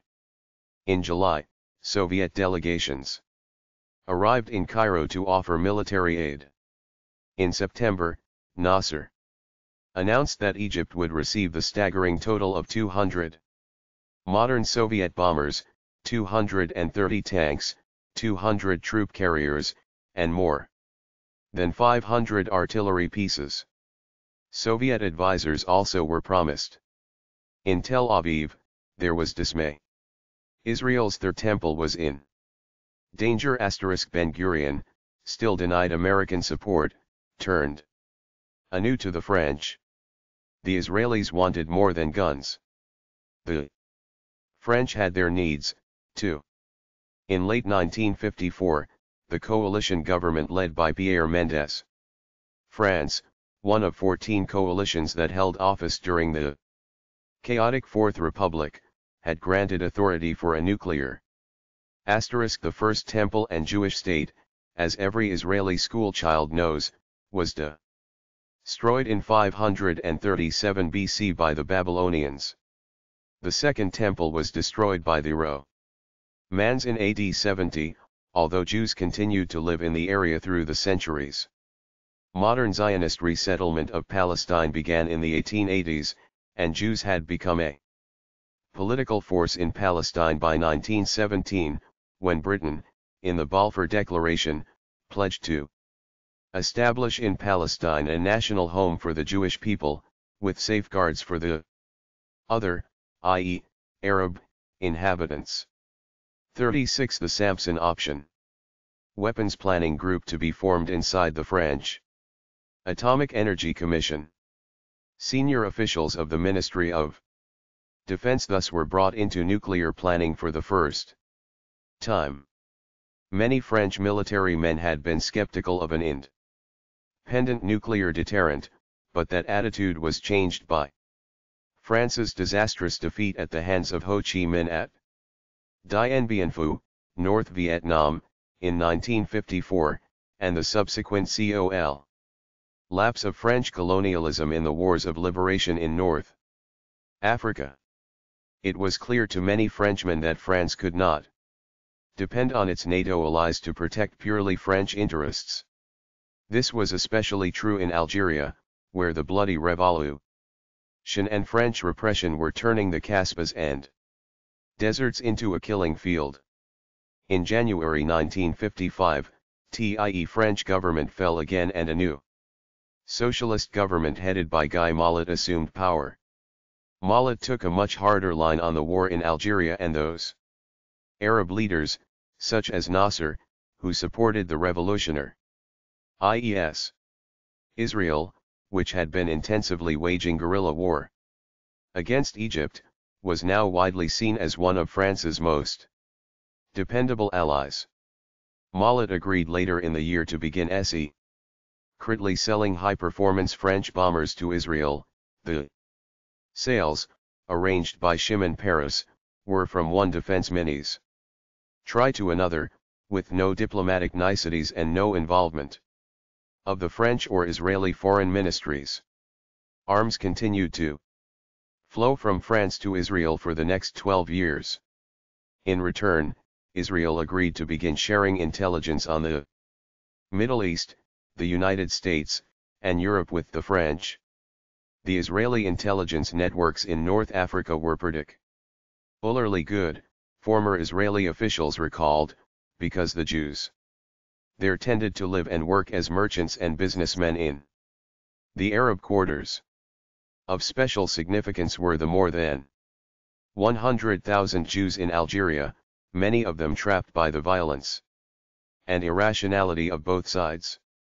Those Jews were encouraged by the Israeli government to provide intelligence on the leadership of the National Liberation Front and in other ways to cooperate with the French. It was inevitable that Bergman and Peres would conclude that Israel now had enough leverage to seek French help for the Israeli bomb. Would the Mallet government match the extra the French connection 37 dinari Israeli support in Algeria and elsewhere by agreeing to construct a large reactor and a chemical reprocessing plant in Israel?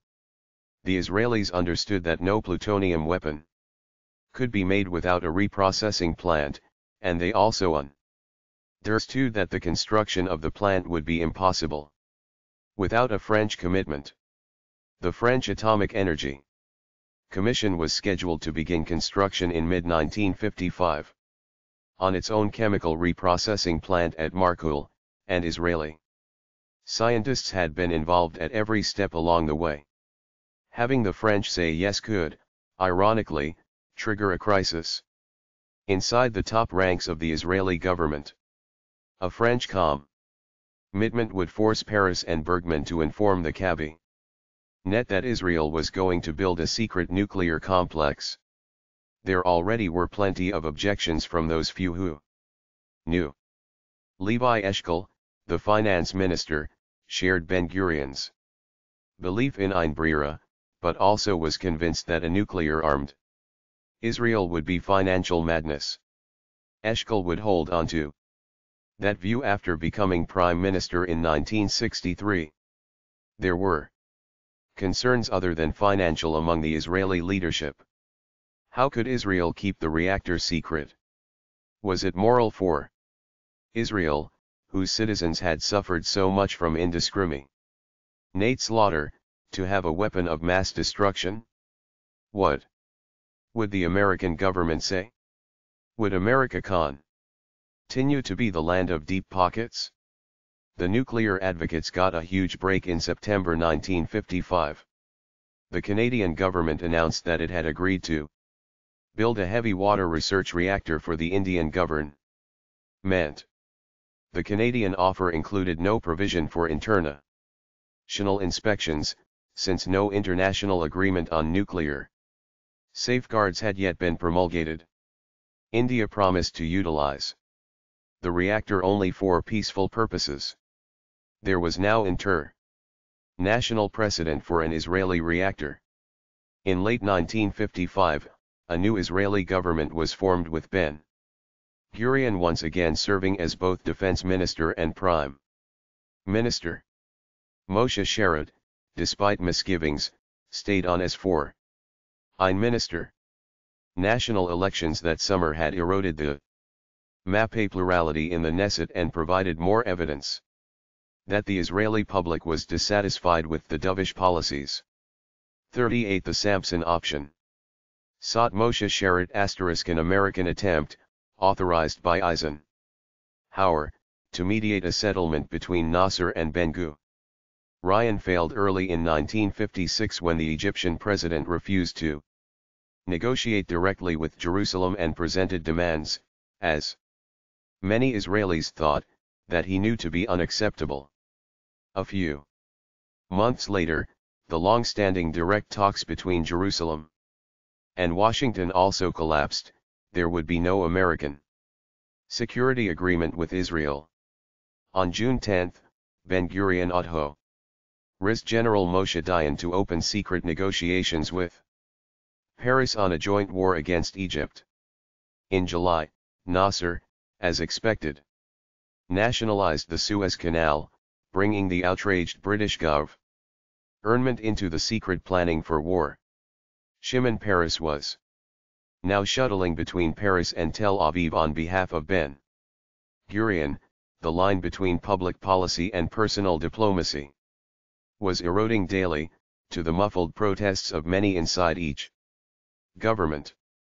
Pocketbook politics played a significant role in these politically complicated years, along with the always important Arab question.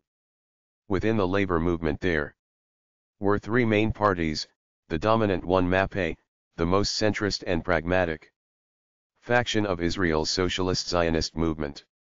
Achdut Avida, the unity of labor, was domestically more socialistic than MAPE, and more hawkish and nationalistic in foreign policy. MAPAM, the United Workers' Party, was far more dovish in foreign policy, and even opposed the creation of Israel in 1948 as an exclusively Jewish state. It urged, instead, a secular binational Jewish and Palestinian state. The three main elements of the labor movement joined forces in the late 1960s to create the Labor Party. Ben Gurion's MAPE party had lost seats in the 1955 election to the right-wing Herut party, in what amounted to a voter backlash by new immigrants, resentful of their treatment by the MAPE leadership. The general Zionists, conservative on economic matters and moderate on defense and military issues, lost seats. The free market general Zionists would merge in 1966 with the Herut party, Menachem Begin's populist conservative party, to form the Gahel party. Gahel, in turn, merged in 1973 after relentless pressure from newly retired General Ariel Sharon with three right-wing factions to CRE 8 the Likud Party, which took office in 1977 ending 29 years of labor control of the government. The most hawkish political factions in the mid-1950s, in terms of military policy toward the Arabs, were the group led by Moshe Dayan and Shimon Peres, MAPE, Achdut Avida, led by Yisrael Galili and former 1948 War of Independence hero Yugal Alon, and Herut. Both groups were opposed by moderate members of the MAPE party such as Moshe Sharett, Levi Eshkol, Abba Eben, and Pinhas Sapir. Even among the Hawks there were divisions, with Begin and his Herut party followers believing the primary task of Israel to be the redemption of biblical lands in order to re-establish Greater, or Eretz, Israel. Ben Gurion, Dayan, Peres, and Galili, who played a major and secret role in future governments, were hawks of realpolitik considerations, a belief in force as a necessary ingredient of international relations. They were thus adamantly opposed to the fundamentalist views of Begin and his Herut party. In essence, the MAPE party's loss of seats in the 1955 elections reflected economic worries as well as a move within the labor faction away from the dovish policies of Sharett and toward the more hawkish views of Ben Gurion, Dayan, Peres, and Alon. The French Connection 39. That summer Moshe Sharett quietly resigned as foreign minister. He had sought an open debate on Israel's foreign policy in front of MAPE party members, but Ben Gurion fought it off by threatening to resign. The Israeli public would not learn of the deep divisions at the top of its government until the publication of Sharett's personal diaries in 1980. Sharett's replacement was Golda Meir, the Minister of Labor, whose main qualification, Ben Gurion would later acknowledge, was her ignorance of international affairs. Meir endorsed Ben Gurion's argument for preventive war. Nonetheless, her ministry would be repeatedly bypassed by Ben Gurion, Peres, Dayan, and Ernst David Bergman as Israel broadened its involvement with France. In mid-September, with the Suez War against Egypt 6 weeks away and with no international protest over the Cana Dion reactor sale, Ben-Gurion decided it was time to formally seek French help for the Israeli bomb. Israeli nuclear scientists working at Saclay had been involved since 1949 in planning and constructing the French experimental reactor, known as L2, which was powered by natural uranium and moderated by heavy water. Building a similar reactor in Israel was eminently feasible. Uranium was indigenous to Israel, and there was some heavy water available locally in Israel. More heavy water, if needed, as seemed likely, could be supplied by the French or illicitly purchased from Norway or the United States, then the world's largest producers. Ben-Gurion already had picked out a location for the Israeli reactor in the basement of an old Desert winery at Rishon LeZion, a few miles from the Weizmann Institute. It was decided to send Shimon Peres with Ernst Bergman to Paris. Bertrand Goldschmidt vividly recalled a subsequent meeting of the French Atomic Energy Commission. They came to me and said they'd like to buy a heavy water research reactor similar to the one the Canadians were building in India. They said that when the Americans will realize we have a new clear capacity, they will give us the guarantee of survival. All of this was decided before the Suez affair. 4 days later, on September 17, Bergman and Peres had dinner with Francis Perrin and Pierre Guillaumat at the home 40 the Samson Option of Jacob Sir, the Israeli ambassador to France. Once again, France was asked to provide a reactor. We thought the Israeli bomb was aimed against the Americans, Perrin later explained. Not to launch it against America but to say, if you don't want to help us in a critical situation, we will require you to help us. Otherwise we will use our nuclear bombs. Goldschmidt remained convinced years later that the basic decision to help Israel get the bomb was made during those two meetings in mid-September. There is no written record of the meetings, and it is impossible to determine what happened when. What is clear, nonetheless, is that Israel sought French help for the bomb and got it at least 6 weeks before the shooting started in the Suez War. Many Israelis viewed the conduct of their partners in the Suez War as a betrayal. Israel's immediate tactical goal in the war was to destroy the Egyptian army and its ability to support and train the growing Palestinian Fedayeen movement. The strategic goal was far more ambitious, to destroy Nasser's ability to achieve Arab unity. Keeping the Arab world in disarray has always been a focal point of Israeli strategy, and Nasser, with his calls for pan-Arabism, Egyptian hegemony, in Israeli eyes, was a serious national security threat. The Israelis further believed that a humiliating Egyptian defeat in the Suez War inevitably would lead to Nasser's overthrow. The battle plan called for Israel to initiate the attack on October 29, sending paratroopers into the Sinai and destroying the ability of Egypt to operate from Gaza. France and Britain would then demand that both sides halt hostilities and withdraw 10 miles from the Suez Canal, creating a buffer zone. When the Egyptians, who owned the canal, refused to do so, a refusal that was inevitable, France and England would launch bombing and airborne assaults on November 6 to neutralize and occupy the canal. The battle plan went much better than scheduled. Israel stormed through the Egyptian army and had captured all of the Sinai by November 4. There was nothing, other than a United Nations call for a ceasefire, to stop the Israeli army from crossing the Suez and taking Cairo. Guy Mollet began the French Connection 41. urging Anthony Eden, Britain's Prime Minister, to move up the date of their combined assault, but Eden, made anxious by the fast pace of the Israeli army and the United Nations cease-fire call, refused.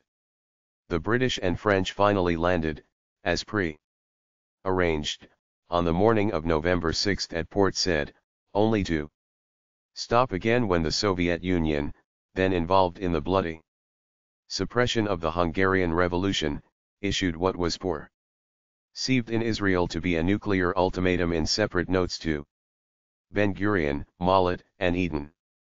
The Soviet telegram to Ben-Gurion accused Israel of criminally and irresponsibly playing with the fate of peace, with the fate of its own people. It is sowing a hatred for the state of Israel among the people of the East such as cannot but make itself felt with regard to the future of Israel and which puts in jeopardy the very existence of Israel as a state. A separate note signed by Prime Minister Nikolai Bulganin explicitly warned Ben-Gurion that the Soviet Union was capable of attacking with remote-controlled vehicles. There also was a threat to send troops as volunteers into the Middle East. Anthony Eden, already under extreme pressure to pull out of the war from the Eisenhower administration as well as from the opposition Labour Party at home, was the first to break ranks, informing Paris that he had ordered his troops to cease firing. The French followed. Israel, deserted by its two allies, was forced a few days later to agree to a ceasefire and the eventual deployment of the United Nations peacekeeping force in the Sinai. The Israelis were disappointed by the French and enraged by Eisenhower, who, so Ben-Gurion had believed, would never turn away from supporting Israel in the weeks before the presidential elections. There was a widespread belief in Israel and in France that the United States, considered to be Israel's super-power friend, had backed down in the face of the Soviet nuclear threat. For Ben-Gurion, the lesson was clear: the Jewish community in America was unable to save Israel. Eisenhower's refusal to back the attack on Egypt had nothing to do with the Bulganin threat, which was analyzed at an all-night meeting at CIA headquarters and subsequently discounted as a bluff. The Suez War was viewed by Washington not as an anti-Soviet or anti-communist move, but as a last-ditch attempt by two powers. 42. The Samson Option. "You Americans screwed us," one former Israeli government official said, recalling his feelings at the time. "If you hadn't intervened, Nasser would have been toppled and the arms race in the Middle East would have been delayed. Israel would have kept its military and technological edge. Instead, here comes the golf player Ike, dumb as can be, saying in the name of humanity and even-handedness that we won't allow colonial powers to play their role. He doesn't realize that Nasser's reign forced and Israel's credibility is being set back. The Israeli, who has first-hand knowledge of his government's nuclear weapons program, added bitterly, "We got the message. We can still remember the smell of Auschwitz and Treblinka. Next time we'll take all of you with us." On November 6, after learning of the French and British ceasefire, Ben-Gurion sent Paris, accompanied by Golda Meir, to Paris. Mollet had fought against the ceasefire but, when faced with Britain's insistence on withdrawal, felt he had no choice but to go along. Even worse, Mollet was now going to have to persuade Ben-Gurion to accept a United Nations peacekeeping role in the Sinai. Israel would have to withdraw from the land for which its paratroopers had fought and died. Paris later told a biographer of his feelings toward Eisenhower at the time. "A man with healthy teeth, beautiful eyes and a warm smile who hadn't the vaguest notion what he was talking about. And what he did know, he couldn't express properly. There was no connection between one sentence and England and France to stanch their continuing international decline. Eisenhower and his senior aides believed that Nasser and other Third World leaders much preferred alliances with the United States rather than with the Soviets, and thus were more likely to become pro-American if the administration disassociated itself from the Middle East colonialism of England and France. The president was distressed at the two American allies for continuing to practice what he viewed as their colonialistic policies. He also resented the obvious Israeli belief that he would pander to the American Jewish vote by endorsing the Suez War. Eisenhower, as the French and British knew only too well, was perfectly prepared to act as a colonialist himself, as he did in ordering the CIA to help overthrow governments in Iran in 1953 and Guatemala in 1954, to protect what he believed to be vital American interests. CIA officials recalled. Another point of White House concern in 1956, Eisenhower's realization from the secret U-2 overflights. The first U-2 spy mission had taken place a few months earlier that Israel had purchased 60 Mystère attack aircraft from the French, and not the 24 they had publicly announced. No public mention was made of the larger than reported Israeli purchase. The new aircraft were seen on runways since the existence of U-2 overflights was then the government's biggest national security secret. The French connection 43. The next. The only question he could answer well was how are you? One American defense analyst, in a conversation many years later about Israel's drive for the nuclear option after Suez, posed this rhetorical query and answer: what is the lesson the United States draws from the Suez crisis? It is terribly dangerous to stop Israel from doing what it thinks is essential to its national security. Israel's unhappiness with Eisenhower was matched by Guy Mollet's sense of guilt and shame at France's failure to carry out commitments made to his fellow socialists in Israel. There was an obvious trade-off. Ben-Gurion agreed to withdraw his troops from the Sinai and accept a United Nations peacekeeping role in return for France's help in building a nuclear reactor and chemical reprocessing plant.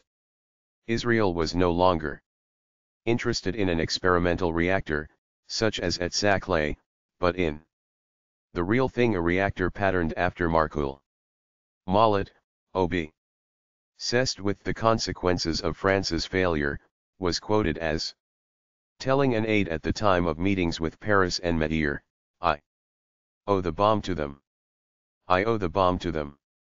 The deal was struck, although it would be nearly a year before Paris would conclude the final negotiations. The formal agreement between France and Israel has never been made public. Mollet also formally cleared the way later in 1956 for the French nuclear weapons program by establishing a committee on the military use of atomic energy, to be led by the Army Chief of Staff. Israeli scientists were on hand as observers when the first French nuclear test took place in 1960. Over the next few years, as weapons-grade plutonium began rolling out of Marcoule, the French strategic goal would insert * a major complication for Paris in working out the official government-to-government agreement was the continuing collapse of the French government's. Guy Mollet's government fell in mid-1957. ANC was replaced by one led by Maurice Bourgeois. Nouri. There were last-minute qualms about the Israeli reactor expressed by Christian Pinot, the new foreign minister. Paris would later tell a biographer that he had overcome Pinot's doubts by insisting that the reactor, already understood by engineers and officials throughout the French nuclear bureaucracy to be for a bomb, would be utilized only for research and development.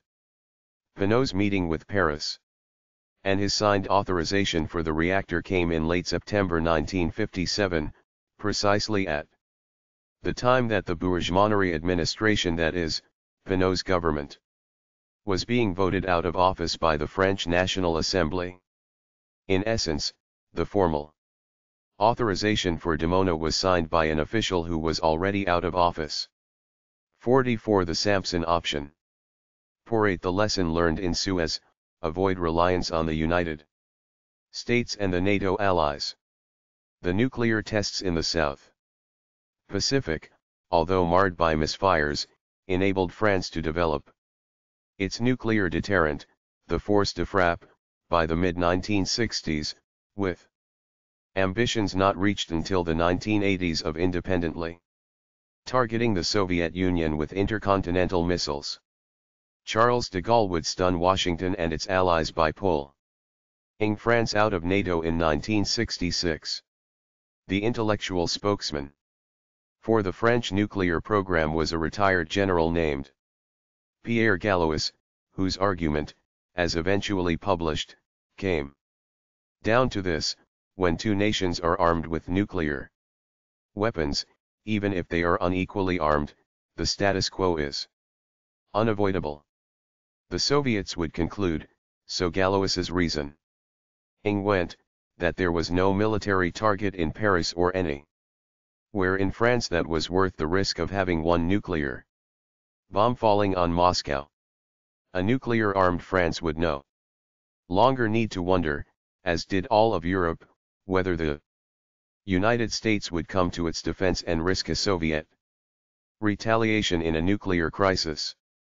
Gallois was taken very seriously by the Israelis, and France's force de frappe became the role model for Israel's strategic plan and its ultimate decision not to count on the American nuclear umbrella. Israel would complement its new reactor with a major research effort to design and manufacture long-range missiles capable of targeting the Middle East and, even, the Soviet Union. The reactor at Dimona was just the beginning for Ernst Bergman. He would now have to begin putting together a nuclear arsenal. Herman Mark explained years later why Ben-Gurion had picked the right man. Bergman was one of the few scientists who saw the lamp and knew how to make a light bulb. He understood that different types of activity would be necessary. The first part is to prepare new and unknown materials. Then you make them in ample quantities and store them. Finally, there's delivery, how to put it somewhere. Bergman's role in developing Israel's nuclear arsenal remains a state secret today. In the years after his death, as the Israeli nuclear arsenal became fixed, he became a virtual non-person, a victim of stringent Israeli security and the French connection. 45. Censorship that such security involves. For example, in a book he wrote that was published in the United States in 1979, Shimon Peres eulogized Bergman, with whom he worked closely for 13 years, as one of the 7 founders of the State of Israel. Peres, of course, did not mention nuclear weapons, but he did report that Chaim Weizmann considered Bergman to be a future candidate for the presidency of Israel. And yet Bergman is not even cited once in a biography of Peres published in 1982 and written by Mati Golan, a former government official who had access to Peres's papers, nor is he mentioned in the English edition of Michael Bar-Zohar's definitive biography of Ben-Gurion. By the spring of 1957 it was clear that the old winery at Rikon El Zion wouldn't do, and a new site was needed for the larger reactor, known then only as L-102. It wasn't difficult for Peres to convince Ben-Gurion to locate it at Dimona, near the ancient city of Beersheba in his beloved Negev. Money was transferred directly to Peres from the Prime Minister's account, and Saint-Gobain, the French chemical firm, then 2 years away from completing the reprocessing plant at Marcoule, was selected to build the Israeli reprocessing facility underground. As they began work, St. Gobain's engineers were given access to the initial construction plans for the reactor, and were stunned by what they learned. The French-Israeli agreement called for the plant to be capable at its peak of producing 24 million watts, 24 megawatts, of thermal power, but its cooling ducts, waste facilities, and other specifications suggest that the plant would operate at 2 to 3 times that capacity. If so, it could produce more plutonium than the The reactor at Dimona did not produce any electrical power, its output is measured therefore in terms of thermal power. It takes 3 megawatts of thermal power to produce 1 megawatt of electrical power. Dimona's electrical power output thus would be 8 megawatts. The average electricity producing nuclear power station operates at 1000 megawatts of electrical power, or 3000 megawatts of thermal power. The first U.S. weapons-grade plutonium plants, built during and after World War II, operated at about 250 megawatts. Nuclear scientists have determined that 1 megawatt day of production, that is, energy output, will produce 1 gram of plutonium. Dimona's reported output of 24 megawatts would produce, if the reactor were operating 80% of the time, about 7 kilograms of enriched plutonium per year, enough for 2 low-yield weapons. 46. The Samson Option. Actor at Markul more than 22 kilograms a year. Enough for 4 nuclear bombs with the explosive force of those dropped at Hiroshima and Nagasaki.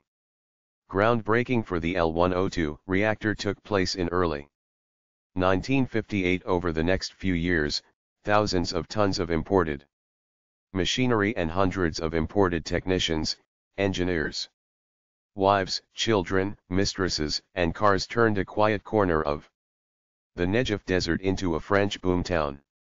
Nothing comparably or as secret had been created since Los Alamos. 4. First knowledge.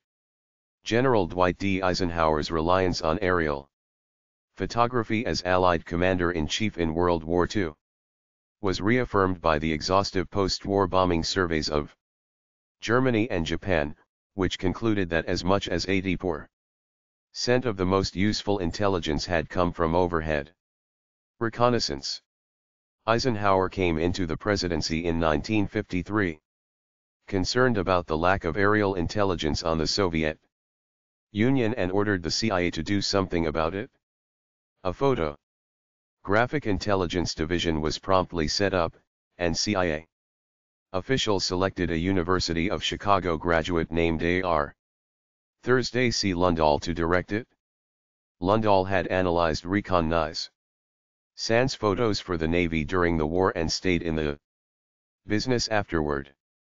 One of his first moves was to entice Dino A. Brugini, then compiling dossiers on Soviet industry for the CIA, to join his staff.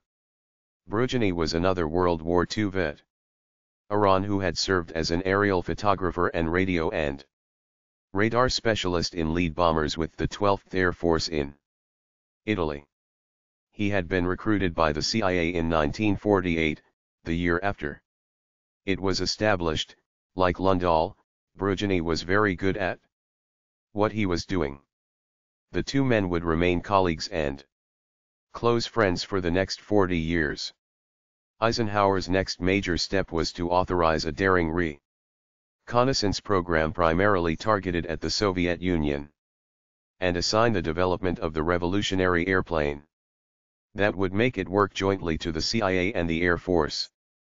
The aircraft, built undercover by the Lockheed Aircraft Company in Burbank, California, and known as the U-2, would be able to fly and glide for almost 11 hours, covering more than 5,000 miles at heights greater than 65,000 feet. 48. The Samson Option. While utilizing only 1,000 gallons of fuel, special lenses, cameras, and thin film were developed, enabling the spy Plane to photograph a path from Moscow to Tashkent, south east of the Ural Sea, in one take. The U-2 went operational from a secret base in West Germany on July 4, 1956. Its initial targets, Soviet long-range bomber bases and Leningrad. Moscow was overflown on the next day, and dramatic photographs, codenamed Chess of the Kremlin and the Winter Garden, were later shown to the president and his advisors. A second U-2 base was authorized in Turkey. Later there would be more bases in Pakistan and Norway. It was a spectacular asset. Soviet sites were photographed, mapped, and targeted, all within a few days, by American missiles and bombers from the Strategic Air Command. There was, however, an equally essential mission in those first years: to locate and photograph the industrial elements of the Soviet nuclear program. Where were the reactors, the heavy water production facilities, and the uranium and plutonium processing plants? Where were the Soviets machine tooling the nuclear warheads and assembling the actual weapons? By the mid-1950s, it was clear that Soviet technology, to American dismay, had done a brilliant job of catching up in the nuclear arms race. By August 1949, 4 years after Hiroshima and Nagasaki, the Soviets had managed to explode their first atomic bomb, using plutonium. That first bomb, like its American predecessor, was the most basic in the atomic arsenal, a fission weapon. Such weapons consist of a small core of fissile material surrounded by high explosives. The explosives are triggered inward in a precise sequence, measured in nanoseconds, suddenly and intensely compressing, or imploding, the core. The fissile material goes supercritical and begins discharging neutrons at a much faster rate than they can escape. American intelligence had been unable to locate all the Soviet nuclear facilities in the early 1950s, before the U-2 went operational, and the Pentagon's nuclear war plan had to emphasize Soviet air bases and missile fields in their primary targeting. The 1954 war plan of the Strategic Air Command, SAC, for example, called for as many as 735 bombers to hit the Soviets in a single massive nuclear blow. Despite the tonnage, SAC could not guarantee that the Soviets' nuclear retaliatory capacity would be destroyed, leaving American cities open to retaliation. First Knowledge 49. From the core. The sudden release of energy produces the violent explosion. Well before the end of the war, Edward Teller and other American nuclear weapons designers understood that a far more powerful nuclear device, with fission as merely a first step, was theoretically possible. The new weapon, developed under the code name of Super, was the hydrogen bomb, known to today's physicists as a fusion device. There were two central problems in the development of a high-yield hydrogen bomb: how to ignite the fusion material and how to make it burn efficiently. After much trial and error, scientists at Los Alamos developed a two-stage device, with two separate components inside a single warhead case. A fission bomb would be triggered, the first stage, inside the warhead. Much of the radiation from the fission device would be contained in the warhead case and compress and ignite a special thermonuclear fuel. In the separate compartment, the second step, deuterium, a hydrogen isotope twice the weight of hydrogen, or lithium deuteride, could be used as the thermonuclear fuel. Deuterium is the main fuel of the Sun, and is burned there at temperatures of 18 to 36 million degrees Fahrenheit. American physicists conducted experiments and came to understand, with appropriate that a thermonuclear fuel, once ignited by fission inside a hydrogen bomb, would burn at a speed, temperature, and pressure greater than it burned at in the center of the sun. A key to the hydrogen bomb was the initial triggering of a fission device, for only fission was capable of generating the heat and, as the scientists later came to understand, the radiation needed to burn the thermonuclear fuel. The thermonuclear device, when successfully tested in 1952 at Eniwetok, an atoll in the western Pacific, produced a crater 6,240 feet in diameter, more than a mile, and 164 feet deep. It was 650 times as powerful as the primitive device dropped at Hiroshima. The Los Alamos team later determined that the fusion of deuterium and tritium, an other heavy hydrogen isotope that is a byproduct of lithium, could produce a thermonuclear explosion of 15 megatons. That is, 1,000 times greater than the Hiroshima bomb.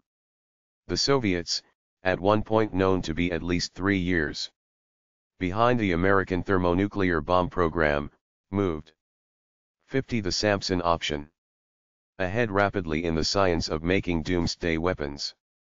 The first Soviet two-stage hydrogen bomb was successfully tested in 1955, and 6 years later Soviet scientists detonated the largest known hydrogen bomb, with an explosive force of 58 megatons. At its height in 1988, the Soviet nuclear stock pile totaled an estimated 33,000 warheads, slightly more than the United States maintained in 1967, its peak year.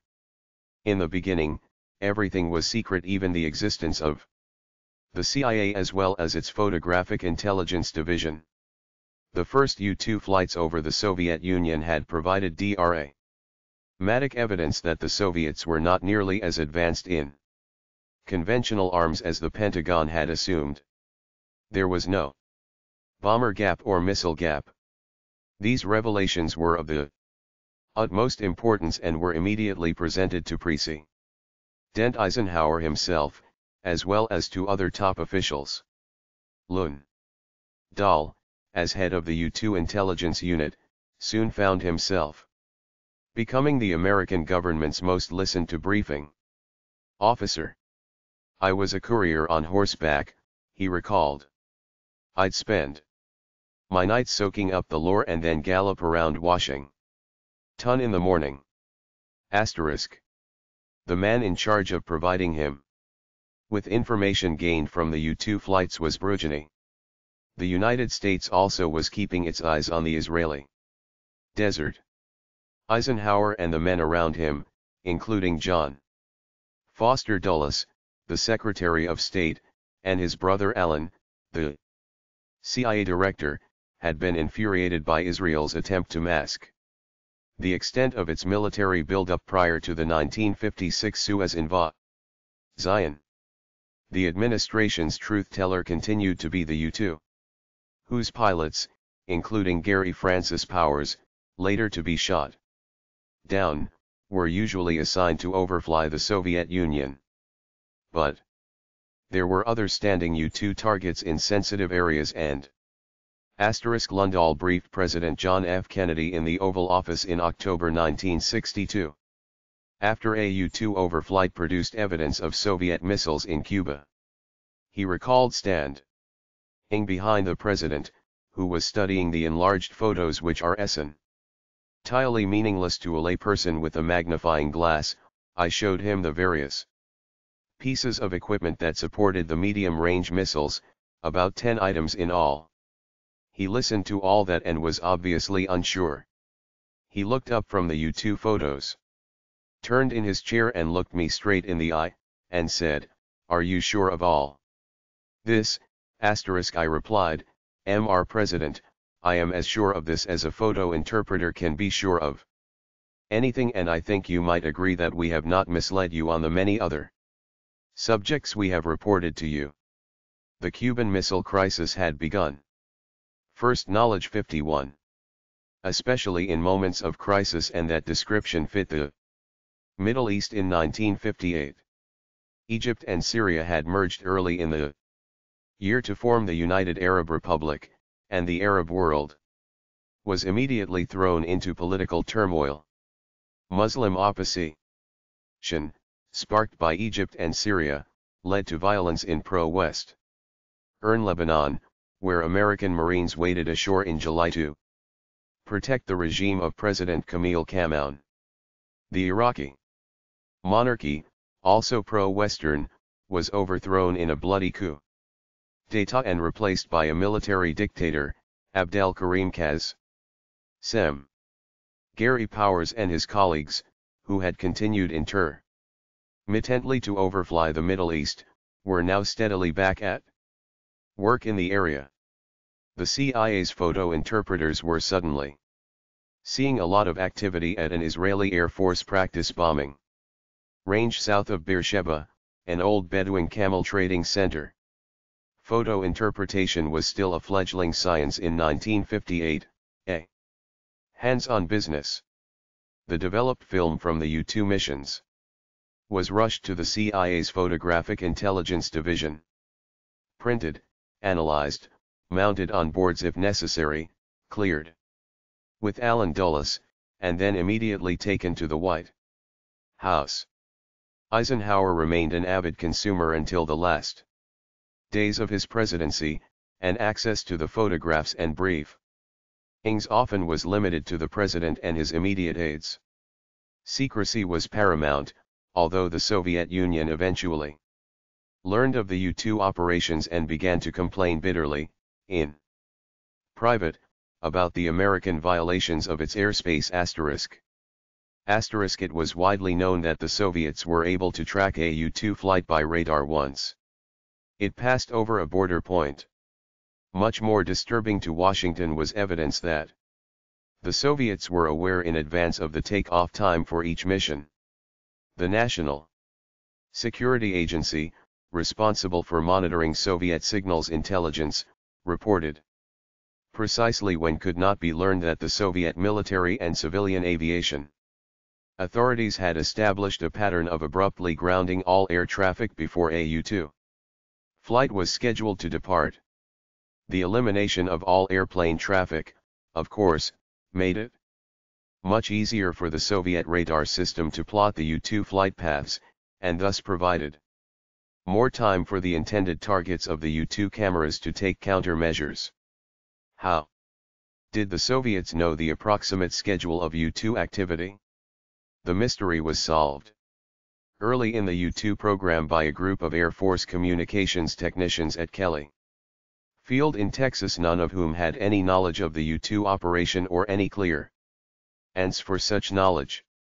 The Air Force analysts were able to deduce that a special intelligence operation was in existence, as well as predict each flight simply by monitoring the extensive and poorly masked pre-flight communications between Washington and the U-2 airfields.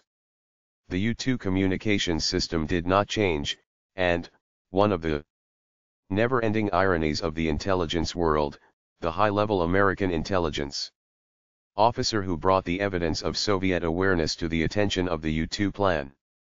52. The Samson Option. There also was a continuing and essential need for close coordination between exotic groups such as America's nuclear planners and the men authorizing U-2 operations. Plutonium and tritium, for example, occur in nature only in minute amounts and thus must be manufactured by irradiating lithium in a nuclear reactor. Among the inevitable byproducts of the manufacturing process are radioactive gases, which are vented into the atmosphere.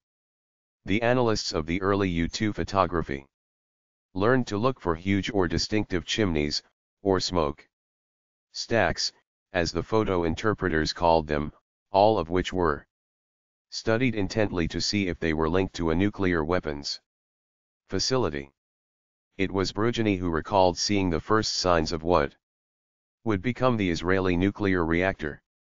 Israel had a bombing range in the Negev, and we'd watch it, Brugini said. It was a military training spot where they'd stage exercises. One clue, not immediately understood, was the fencing off of a large, barren area a dozen or so miles outside the small desert town of Dimona. Brugini and the photo interpreters assumed that the Israelis were setting up an ammunition testing site. A new road from Beersheba, 25 miles to the north, was observed, leading directly to the fenced area. Construction workers and heavy machinery suddenly showed up.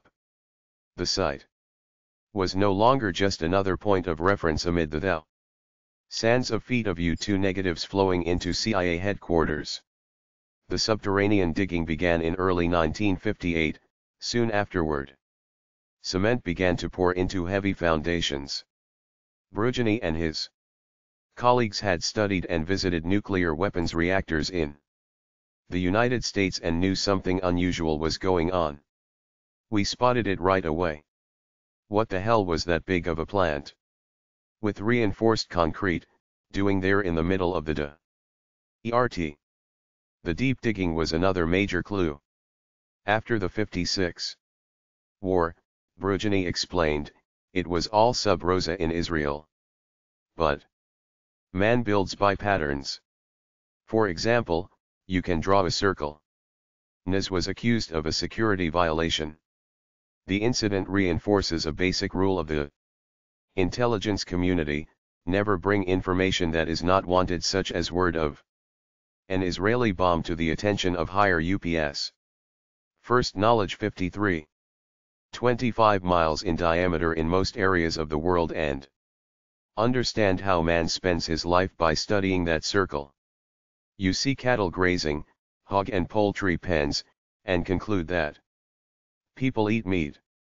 You can also spot industries, schools, churches, homes, etc., by what we call their signatures. The military are even more patterned. Whenever you build something nuclear, you build it thick and deep. They were pouring a hell of a lot of concrete. We knew they were going deep. The Eisenhower administration was sympathetic to Israel's precarious international position in 1958, Brugini recalled. The United Arab Republic was seen as a great threat. There was a fear that Nasser would get together with the Arab world and they'd take Israel. It'd have been a real coup if Nasser had taken Lebanon in 58. Eisenhower secretly authorized the U.S. Air Force to provide fighter pilot training and courses in aerial reconnaissance and photo interpretation to the Israelis. Some of the Americans operated undercover. The attitude was help them Israel out, wink, but don't get caught. There was no way that Lundahl and Brugini could wink at the imminent construction of a secret nuclear reactor. They and their colleagues in the U-2 shop believed strongly in Israel's right to exist, but were equally convinced that an Israeli bomb would destabilize the Middle East. They also knew that they were dealing with political dynamite, and chose to wait. Speculation would be deadly. Whenever you get something on the Israelis and you move it along, said Brugini, you'd better be careful. Especially if you've got a career. The pouring of concrete footings for the reactor's circular dome was all the evidence Lundahl needed. Lundahl rushed the early raw photographs to the White House. It was late 1958. Or early 1959 *. Lundahl understood the rules. He carried no written report. Paper was never to be generated in the U-2 briefings. Ike didn't want any notes, period, recalled Lundahl. The special secrecy of the U-2 was heightened by the fact. The lack of any written notes or documents inevitably made it difficult for Brugini and Lundahl to recall the dates of specific events, such as the date of Lundahl's briefing on Dimona to President Eisenhower. No declassified documents about such briefings are available to the public in the Eisenhower Library in Abilene, Kansas. The dates cited herein are reasonable approximations, based on all the available data. 54. The Samson Option. That Lunda PS unit had been given unusually broad access to all of America's secrets, including reports from defectors and covert agents in the Soviet Union and elsewhere. The photo interpreters also were provided with communications in intercepts and reports of Soviet and Eastern European refugee interrogations, as compiled by special American and Israeli intelligence teams. The assumption was that since most of the nuclear weapons installations behind the Iron Curtain were carefully camouflaged, the photo interpreters needed all the help possible. A refugee's random comment about a secret FAC Tory somewhere in the Soviet Union often triggered a major discovery. The White House briefings on important issues followed a set pattern. Lundahl recalled. He would tell the president, Yusuf Ali, accompanied by Alan Dulles, the CIA director, and John Foster Dulles, the Secretary of State, what he knew and then get a presidential request for further intelligence. The CIA's Photographic Intelligence Division offered 3 categories of follow-up. Phase 1 was the immediate report presented as soon as possible, as were the early photos of the Israeli reactor. A Phase 2 report, to be presented overnight, would require Lundahl's shop to enlarge the intelligence photos and mount them for display. There would be annotation and perhaps some text. A Phase 3 report called for extensive analysis based on many more overflights over many weeks. There would be special assignments for the U-2S, and an extensive series of photographs. Lundahl anticipated a Phase 2 or 3 request on the Israeli intelligence. Instead, he recalled, still amazed, more than 30 years later there was no additional requirement. No request for details. In fact, added Lundahl, over the next years, nobody came back to me, ever, on Israel. I was never asked to do a follow-up on any of the Israeli briefings. But no one told him not to do so, and so the U-2 continued to overfly the Negev. Lundahl also relayed the findings on Dimona to Louis L. Strauss, chairman of the Atomic Energy Commission, and a few AEC aides who were among the handful of officials in the Eisenhower administration cleared for U-2 intelligence. Lundahl's standing orders called for him to first knowledge 55. Vide all nuclear intelligence to the White House and then, unless directed otherwise, to the AEC commissioner. Something as important as Dimona was rushed over, Lundahl recalled.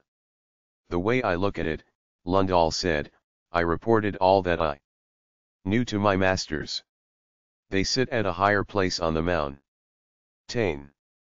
None of the communications between Eisenhower and Ben-Gurion about the ominous construction in the Negev has been made public, but such letters are known to have been written. In July 1958, at the Israeli height of concern over Nasser's pan-Arabism, Ben-Gurion privately requested American political, financial, and moral assistance as Israel was standing up to Nasser and Soviet expansion. Eisenhower responded, AC. According to Ben-Gurion's authorized biographer, Michael Bar Zohar, with a lukewarm note telling Ben-Gurion that you can be confident of the United States' interest in the integrity and independence of Israel. Ben-Gurion had hoped to be invited to visit Washington for direct talks with the president. A4. Mayor Israeli government official interviewed for this book revealed that Eisenhower privately raised the issue of Dimona at least once in this period, prompting Ben-Gurion to request that the United States extend its nuclear umbrella to Israel. There was no subsequent reply from Eisenhower, the former official said. Hashtag. Brujani remained fascinated by the Israeli construction at Dimona. We kept on watching it. We saw it going up. The White House, he confirmed, also mystified, never encouraged us to do further briefings. It was always thank you, and this isn't going to be disseminated, is it? It was that attitude. Brujani prepared the presidential briefing materials for Lundahl and knew that the intelligence on Israel was getting to. Few of the private messages between Eisenhower and Ben-Gurion on any subject have been made public by the Eisenhower Library. Retired Army General Andrew J. Goodpaster, Eisenhower's military aide in the White House, explained that the diplomatic exchanges between the two were very closely held and not available at the time to even close subordinates.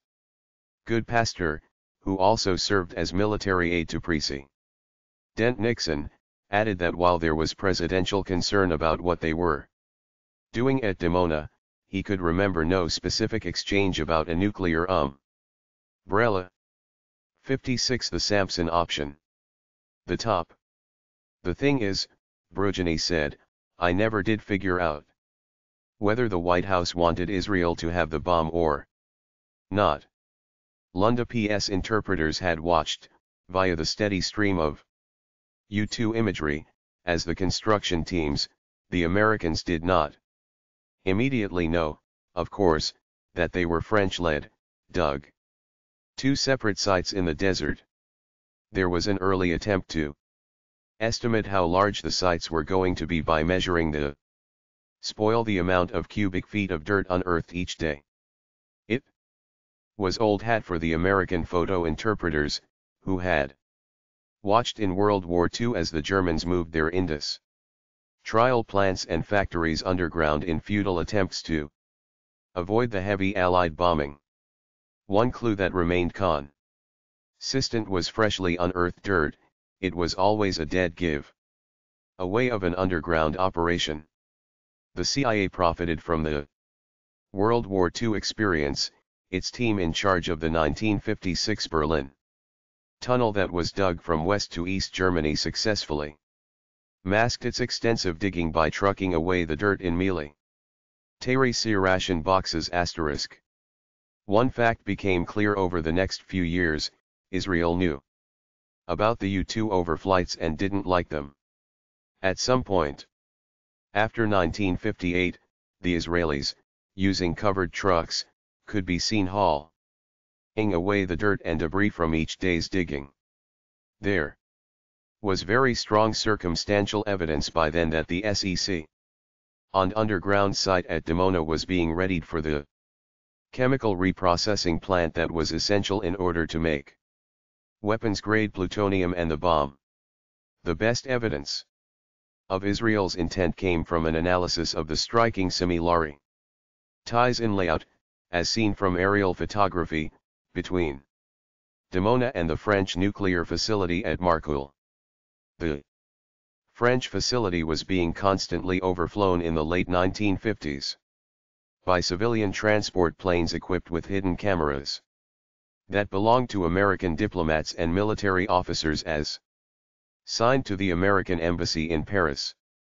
By 1959, the reactor and the chemical reprocessing plant at Marcoule were known to be in full operation. It was obvious that the Israelis were. The Berlin operation was compromised from within, however, by British intelligence officer and Soviet spy George Blake. First knowledge 57. Following the French pattern, Brujani recalled, we saw enough to know that the second site at Dimona was going to be a chemical reprocessing plant, just as the reprocessing plant at Marcoule was separate.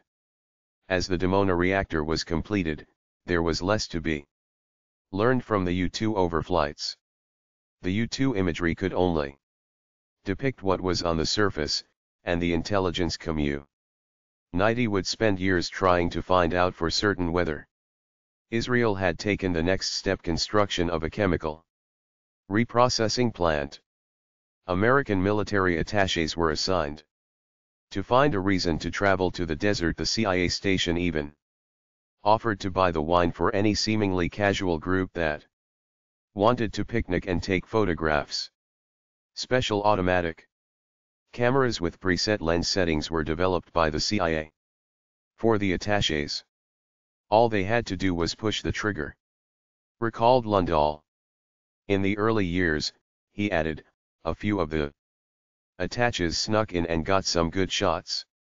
Later, in an attempt to determine whether the chemical reprocessing plant was in operation, the CIA began urging attachés to pick up grass and shrubs for later analysis. The theory was that traces of plutonium and other fission products, if being produced, would be in the environment. A guy would go where there were clumps of grass and pretend to take a crap, recalled Brew. Janai with a laugh. While pretending to wipe his butt, he'd grab some grass and stick it in his shorts. The Israelis responded by planting large trees to block the line of vision of any would-be candid photographers and increasing their perimeter patrols around Dimona. One American military attaché was nearly shot by Israeli guards after overstepping the ground rules that had been set up by the American embassy in Tel Aviv. The cat-and-mouse game would continue for the next 10 years, with the Israelis shielding the expanding construction at Dimona while the United States remained unable to learn categorically whether the Israelis were operating a chemical reprocessing plant. "We knew they were trying to fool us," said Brugini, "and they knew it." The Israelis understood aerial reconnaissance. Hell, most of them were trained by the U.S. Air Force. It was an Alphonse and Gaston act. 58 The Samson Option. There was much more intelligence, Brugini believed, that did not filter down to the interpreters. Alan Dulles would occasionally ask me if I'd seen the Jewish information referring to CIA agent reports dealing with the Israeli bomb. I'd say no, Brugini added, and his office would call later and tell me to forget it. One of the most complicated issues involved the question of American Jews who were also intensely committed as many were to the security of Israel. A few American nuclear physicists were known to have emigrated to Israel after World War II. One was a veteran of the Manhattan Project who had worked until 1956 in the most sensitive areas of nuclear reactor design. "We knew there were Jews going to Israel who were telling them how to do it," said Brugini. On the other hand, he said, "we were getting information from Jews who went to Israel and never told the Israelis they talked to us." Jewish physicists and scientists began returning from visits to Israel by the late 1950s with increasingly specific information about Israeli interest in nuclear weapons. The CIA had even been tipped off about the fact that Israel was raising large sums of money for Dimona from the American Jewish community. By the end of 1959, Lundahl and Brugini had no doubt that Israel was going for the bomb. There also was no doubt that President Eisenhower and his advisors were determined to look the other way. Brugini said he and the others also chose in the end not to raise any questions about Dimona. "There was a lot of policy that we didn't know about and we didn't care to know. We weren't stupid, we could put two and two together. But the hierarchy decided to play it cool, and that's the way it was. If you're a senior officer, you learn to read the tea leaves quickly and keep your mouth shut. Period." 5.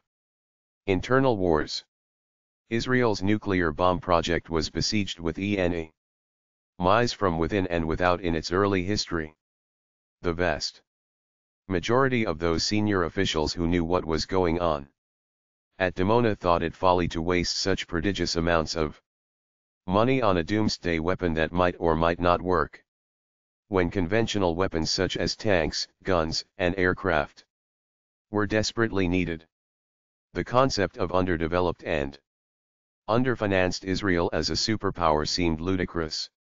By the early 1960s, Dimona, with its huge manpower needs, had hired many of the most skilled Israeli scientists and technicians away from local research and manufacturing companies, resulting in a much criticized slowdown in the growth of the nation's industrial base.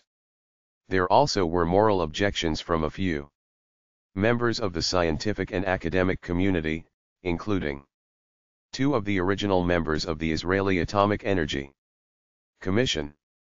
By 1957, as construction began on the reactor, 4 more members of the commission had resigned, essentially because they had nothing to do.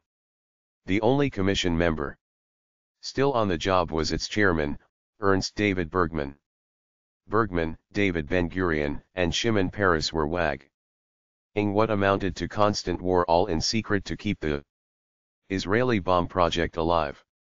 The most threatening problem came from Israel's partner in secrecy, the French. General Charles de Gaulle had won a 7-year term as President of France's newly constituted Fifth Republic in December 1958 by promising to find an acceptable compromise for ending the war in Algeria. The war, which de Gaulle continued to prosecute, had sharply divided the nation, as the Vietnam War would later divide the United States. All other issues, such as the question